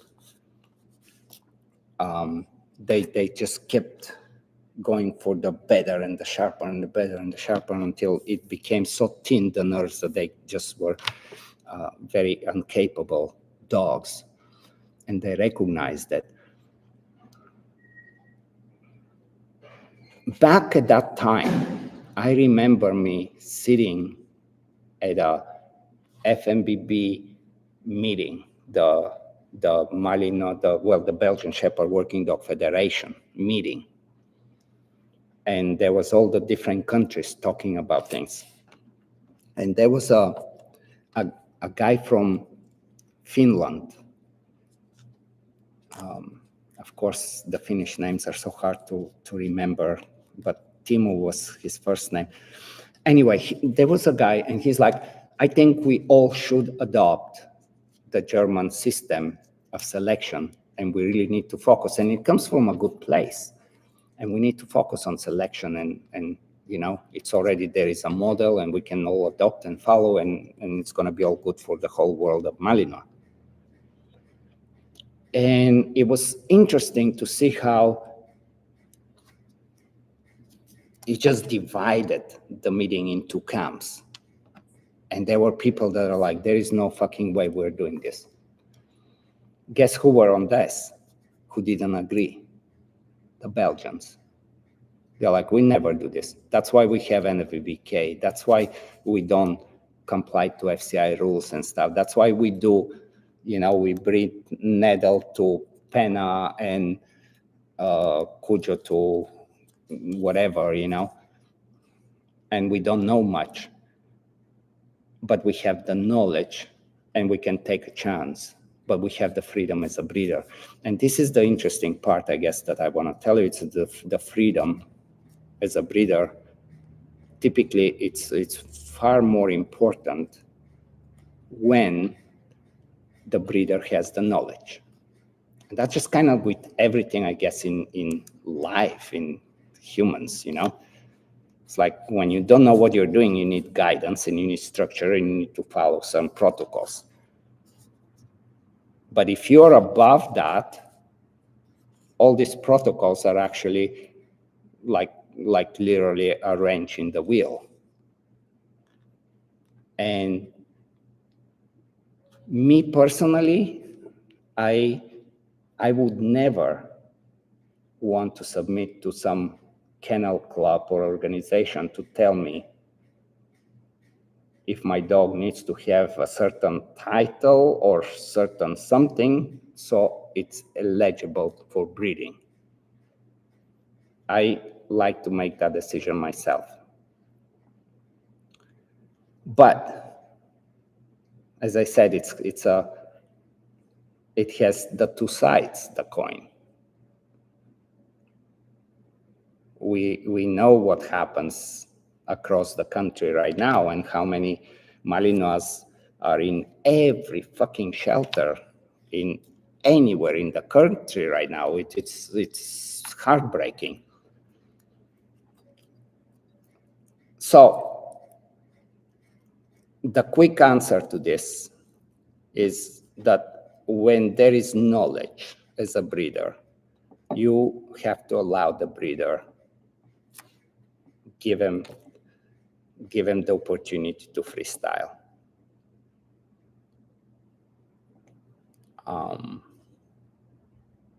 But I guess it's complicated.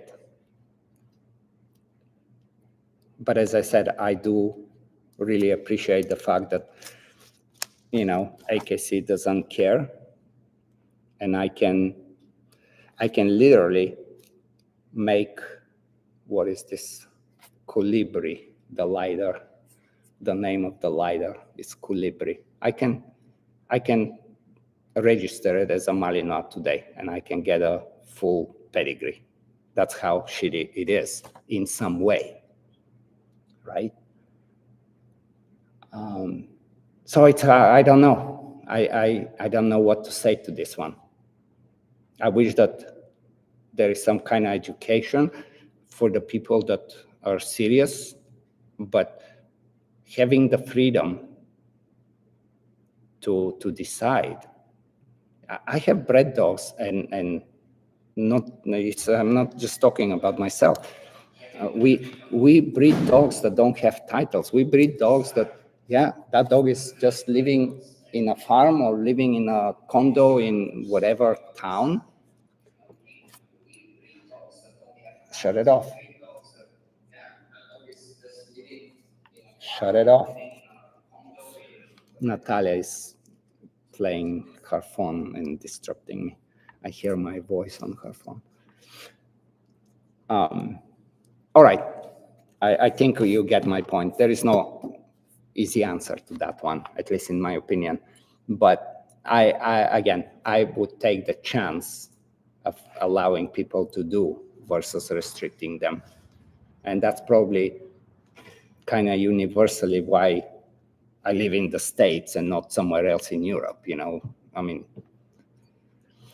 all right, let's see.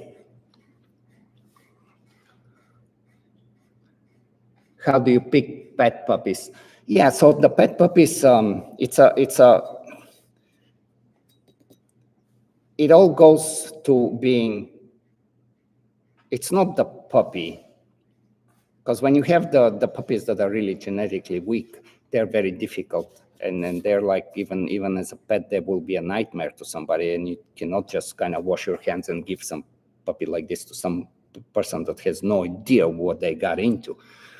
And next thing you know, it's biting everybody, or who the fuck knows. So, but I like to judge the people and their ability and understanding and the environment where the dogs are. And often I will get, the classics of when people want a puppy from me and they will send an email, and I'm super active. I'm running 5 miles every day and whatever. I'm like, you're not running 5 miles. Like, there's very few people that do that every day. You're just trying to show me that you can do things, and but it's a not an easy, because you cannot just go to somebody's home and evaluate. Like, that was very easy when I was working at guide dogs, and we would select, okay, there is somebody that's visually impaired, they apply to get a guide dog, and then what would happen is they will send one of us on a trip and go around the potential students and see their lifestyle, see their capability, and kind of make a decision if they're suitable or not. I cannot do that with every person that I'm going to sell a dog to. So there is a little bit of a gamble and trust, and you kind of hope that it's for the best. And I just try to emphasize that any dog that doesn't work out for whatever reason, the first thing to do is contact me. And hopefully you contact me not contact me with a list of 20 things that the dog's been doing wrong for the last year, but a little sooner than that. So it's not necessarily the pet puppy, is who are the pet owners. That's more important, I guess. Brad Doran, what's up? What are your thoughts and practices of line breeding? Okay, I guess we kind of covered this one. So something that I did not say, I'm totally fine to do 3-4. I have done 2-3, I don't know, not that much. And I have not done anything closer than that. But 3-4 has happened quite a bit, I would say, with certain dogs. And again, having the beauty today of all the embark tests and all the health screening, it's very, very helpful for taking chances like this. Okay.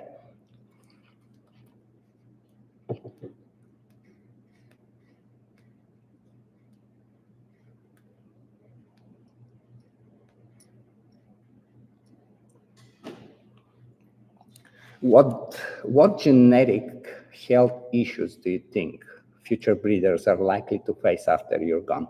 Man. Yeah. Um,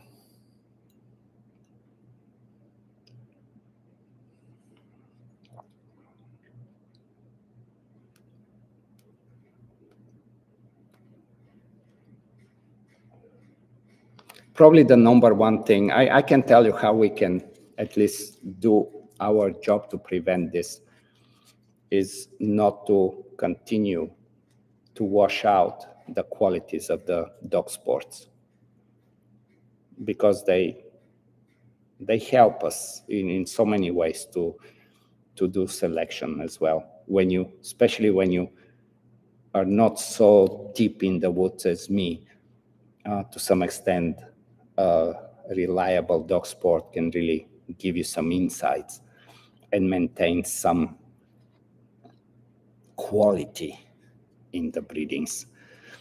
I don't think we can stop backyard breedings. I think it's even ridiculous to think that this is possible. People, again, I'm about freedom. And if somebody as dumb as they can be and decide to do something, yeah, it's tough. I wish they didn't. But if I stop them, that means that I'm going to stop me. And that's the dilemma.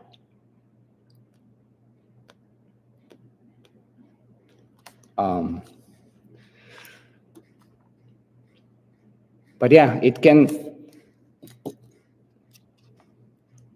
I don't know if they have become so popular. And as I said, I mean, and as all of you know, the shelters are full with them now. But I still think that they are ugly, and they're not going to be the Doberman or the German Shepherd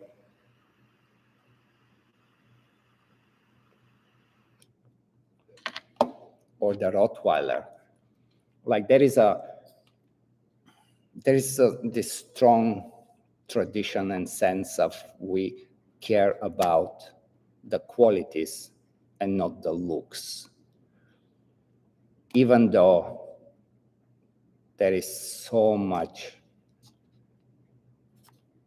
crap out there, there is so many bad breedings. I know, or I want to hope that the breeders, that there will be people, you know, again, like the way I'm talking to you right now, this kind of conversations I've had myself, not on YouTube, like in person, in somewhere, you know, drinking beer in some dog club or whatever. But this knowledge and everything, this is just it's given back. And there is always the people that will maintain it, I believe. So in my worst case scenario, I see it as having a lot of shitty Malinois, but there will be a core group worldwide that will be able to maintain them, and I hope that's true.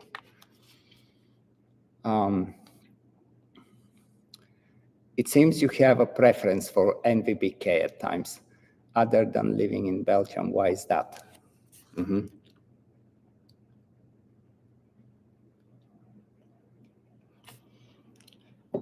Because the rules, like what the dogs do today, let's say there is a 400 points.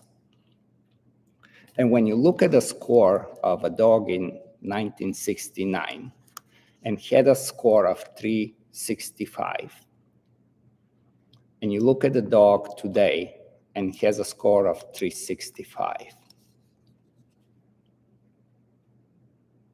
this is probably the closest you can be in terms of consistency.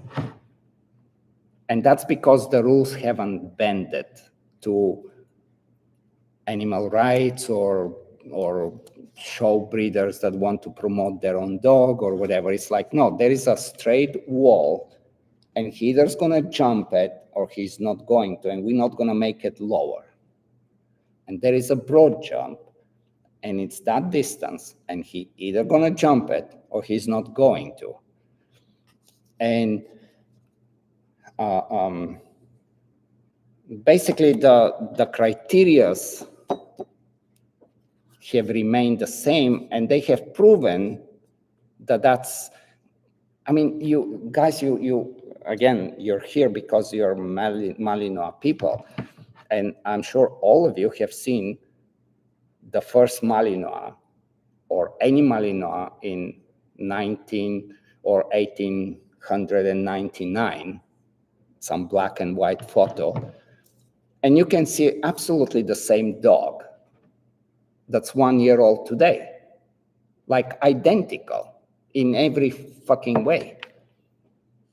And that's what makes the breed special. And I am convinced that a big part of this is because of the Belgian program. And I don't want to take away anything from the French, because they have an insanely cool program.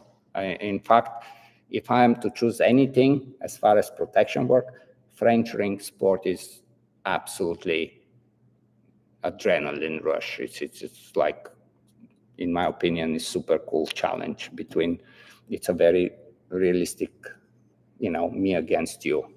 Let's see who gonna trick who. But no matter what, good breeders always go back to the roots. And the roots are still there.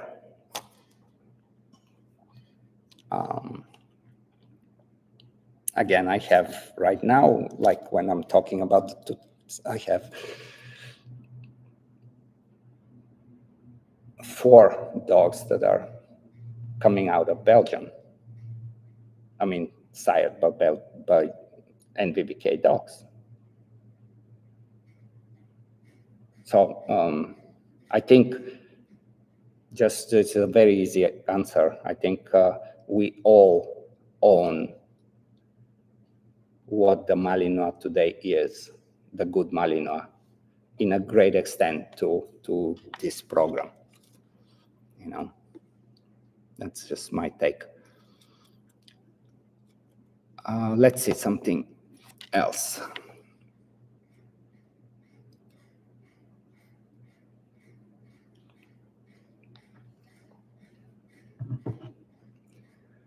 This might be a good one. How to raise a Mali puppy to have good nurse. Yeah, I think I kind of answered that if you were paying attention. Give it time, don't obsess, don't keep poking a weak spot. Allow time to do its job. Like I was horrible student. I was barely going through at some point, just because nothing made sense. It's like, why do I need to know when this guy was born or why these guys were fighting or where is Madagascar, or like there was nobody to, and with time and maturity, you evolve. Probably my biggest advice for people that start with a young puppy is to, hopefully, if you trust your breeders, or if you're the breeder yourself, to give yourself time with every puppy that you take. And that doesn't mean that that it's guaranteed that it's gonna work out simply because you've given it time.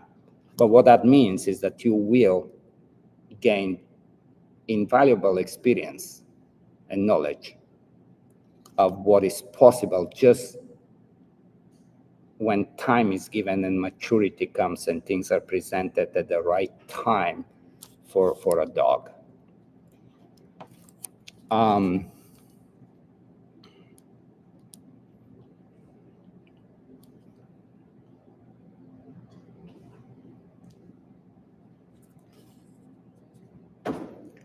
are the puppies that are really confident and outgoing? Do they tend to be the dogs that have a hard time settling and relaxing as they mature? No, that's not a.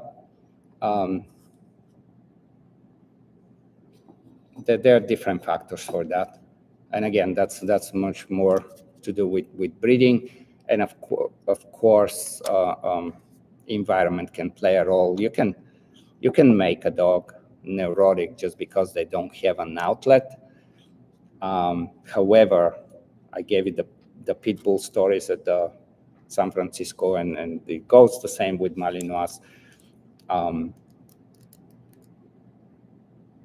As much as it's becoming the norm to say, oh, you need to be very active, you need to do, like every day you need to do, otherwise you're not going to be good with a Malinois. It's not like that. It's really not like that. At least there are stages, different ages where, okay, maybe they need, but that's not a constant, that's for sure. You can have a, yeah.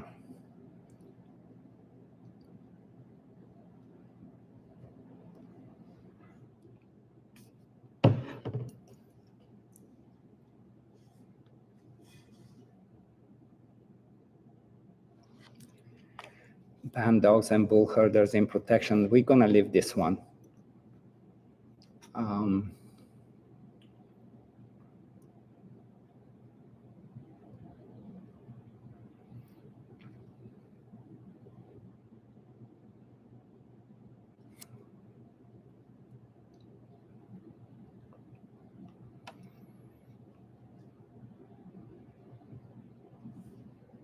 I'm just reading, guys. Give me a second. Let me pick something interesting that we haven't touched on.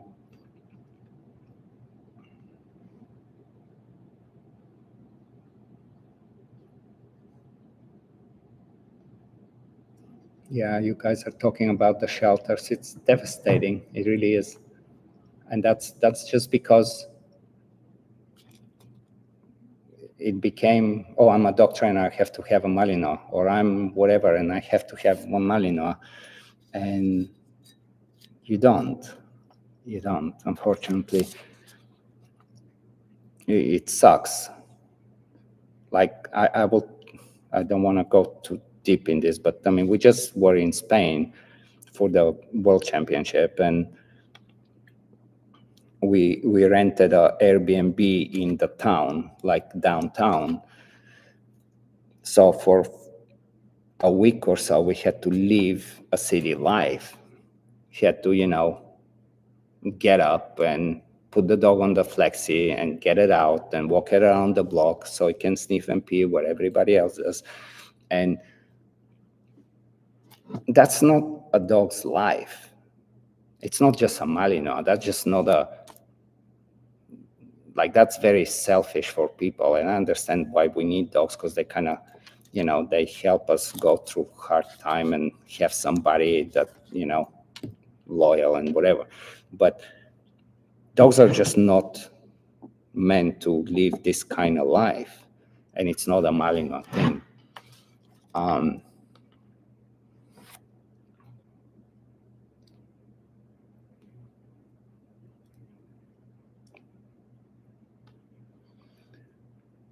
Brad has a good one. What breeding kennels overseas are you keeping an eye on? Yeah, it's an interesting one, and I always do. But it's not even a kennel, as I was saying. Like there is sometimes just a dog, and I trust my friends and my colleagues, and sometimes they draw the attention to me, or sometimes I'm just like, hey, why are you breeding to this dog 2 times already? I mean, it's just living in that village with the goats there. Like, what are we doing here? So it's really, it's hard to say. And as I was saying, they move around, and you always kind of have to know what you want. That's probably the more important thing, because when you know what you want, you can start to look for it.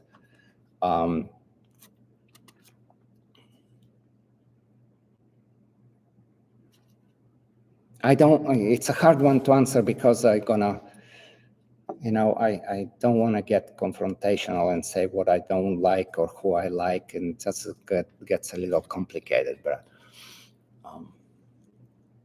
that's probably more on a personal level of conversation than a YouTube live.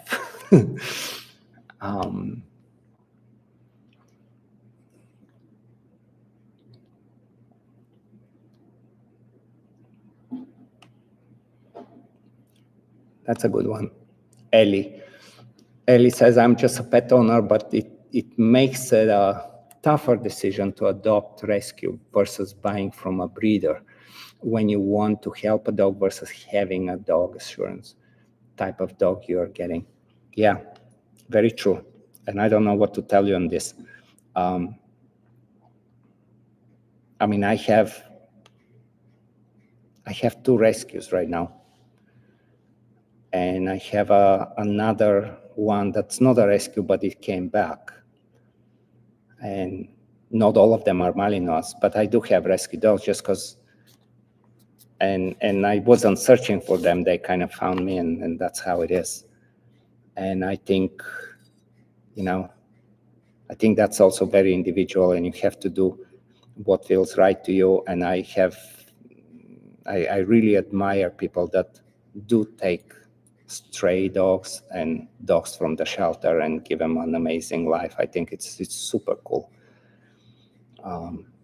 But I also know that, if you want to go on the racetrack and you want to race against the top cars, you cannot do it with a Volkswagen Golf or whatever, right? So that's you ultimately, those decisions are long-term decisions, and once you make it, you gotta have that commitment and think it through. And once you make it, you gotta stick with it.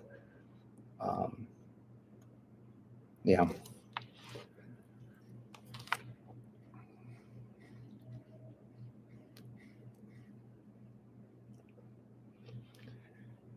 What breeding practices do you think caused Malinois to have the reputation of being highly neurotic? Yeah. I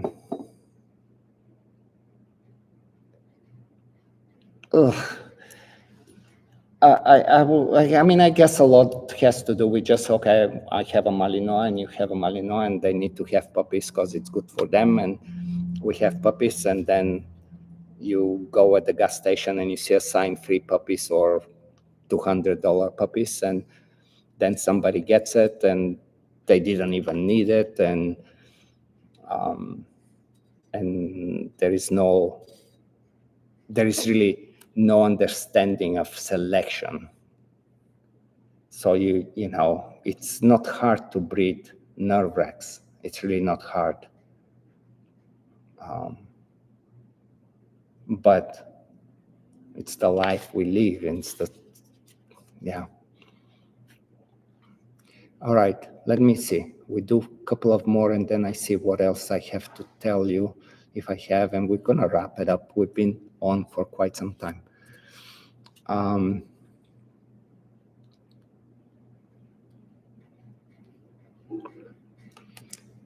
Brad is asking, what are the traits I look for?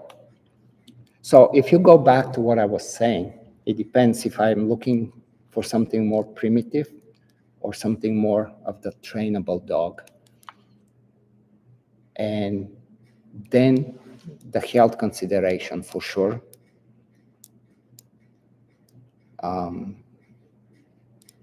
It's a big factor. Health is even something like skin allergy, even if it's a mild skin allergy, it can turn into nightmare as a breeder. So the health stuff is super important. And then just knowing what you need. Like I'm so clear in my head today, it's weird.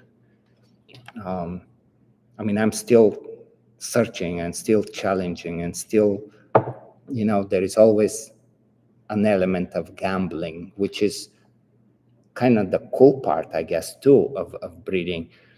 But it's you're not just throwing the dice in the dark and hoping that, you know.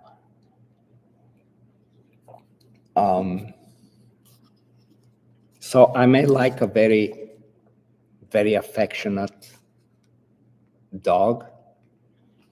I may like some very independent dog. I just take them as who they are and then see if they can contribute something to what I'm trying to maintain or regain or do something new. So it's not it's not necessarily a specific dog.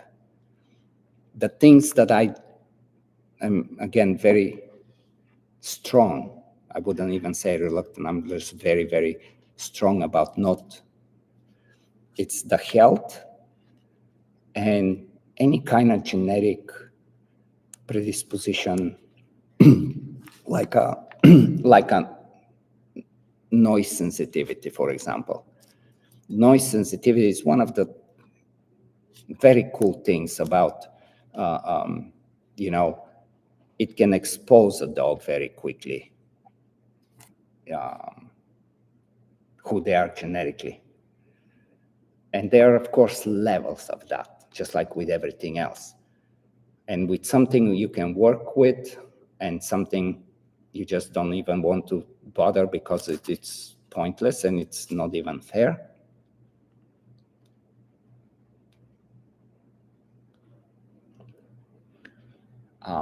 I was going to say something more here.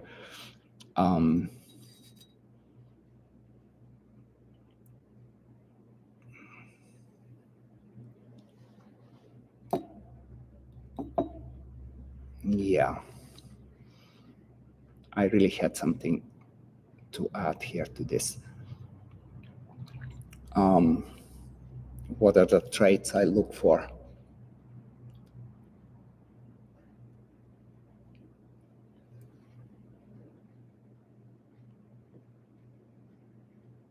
It's a, damn, it sounds so easy for me to answer, but here I am struggling to answer it probably because it just comes so intuitively to me at this point. I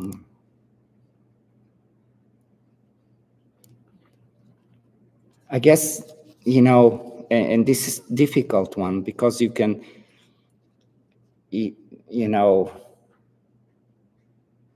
taking a chance and saying, well, this is training. That's not who the dog really is. That's not the home base of the dog. That's just shitty training. That's why he has these shallow bites and that's why he's all or it's not. That's who he is. That's his genetic makeup.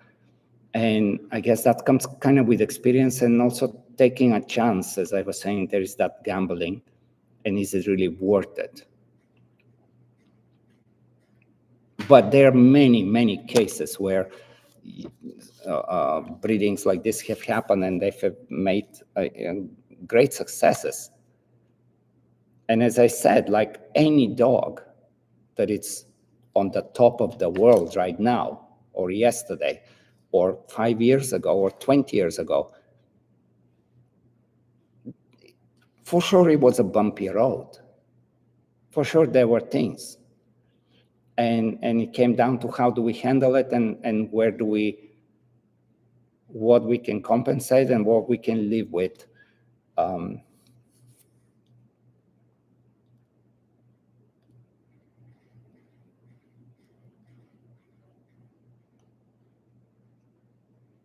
Yeah, not sure if I even am answering this one. Although, any personal experience with Magberger Churotsky? yeah, I mean, Mia is a good friend of mine. I have him. He's in few dogs in my pedigree, few of my very favorite dogs in my pedigree. And that also has an interesting story. And that's, again, it's a thing that, like somebody with knowledge that they did their homework and they made the selection and they took the chances, and I kind of take it for granted and use that because I already see it that it is a cool thing to do. Um, but yeah, he was a good dog.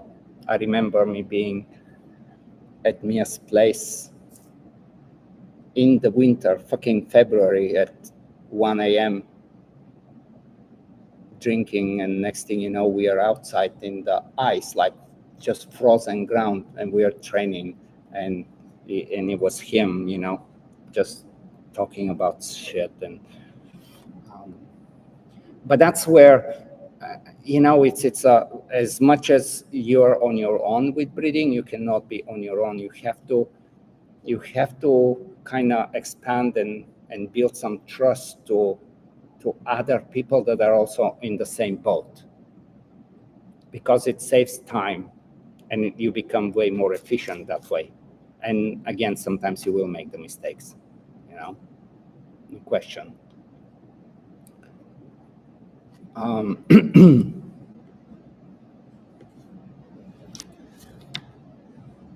People, maybe we should do more of this some other day. Um,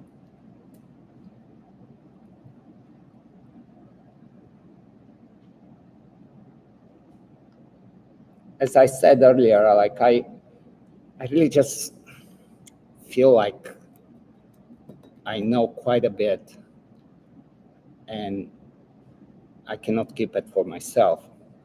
It's just not like why. And especially,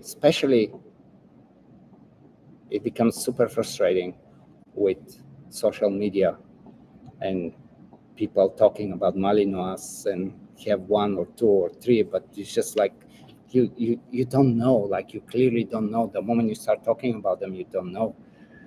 But you're teaching everybody else, and it's a strange world we are in today. Um, there's, of course, always something good that comes out of this, but I hope it kind of balances out a little bit, and yeah, it's a crazy one. So, as I said, I don't know, like I really have, this was just almost like I felt that I wanted to talk about it because of this social media, and because of the shelters full with dogs, and because of all the sport people and police that want to have a good dog, but they make mistakes either in selection or being patient or not understanding or getting stuck with a dog that they shouldn't be with. I don't know. Hopefully, I gave you some interesting food for thought, and I think I'll do something better than this. That was kind of my practice. Um, I really feel I have a lot that can be said, and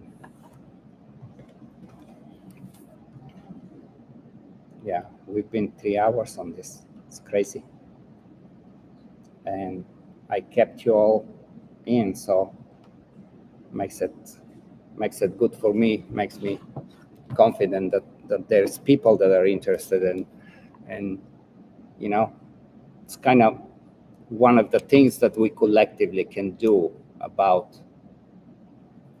making that breed what it is and keeping it what it is. And so If you are not subscribed to my channel, I would appreciate it, but you don't have to. Yeah, most likely, I don't know what kind of format. It could be something more specific, and we can tackle different, like just really dive much deeper into any of the subjects that I really scratching the surface, just really trying to give you some of my ideas and knowledge to get you to see that it's interesting, and there is a lot, and the more of us are on the same page, the better the breed's gonna be. All right, people. Thank you for joining me.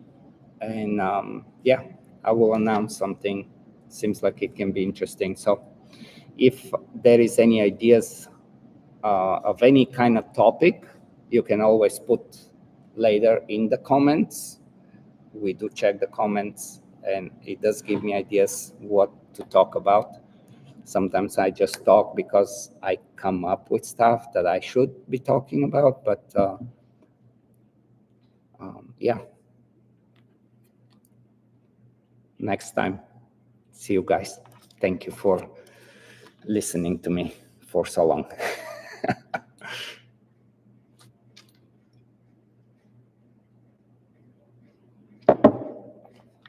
I love the hearts. Thank you, guys.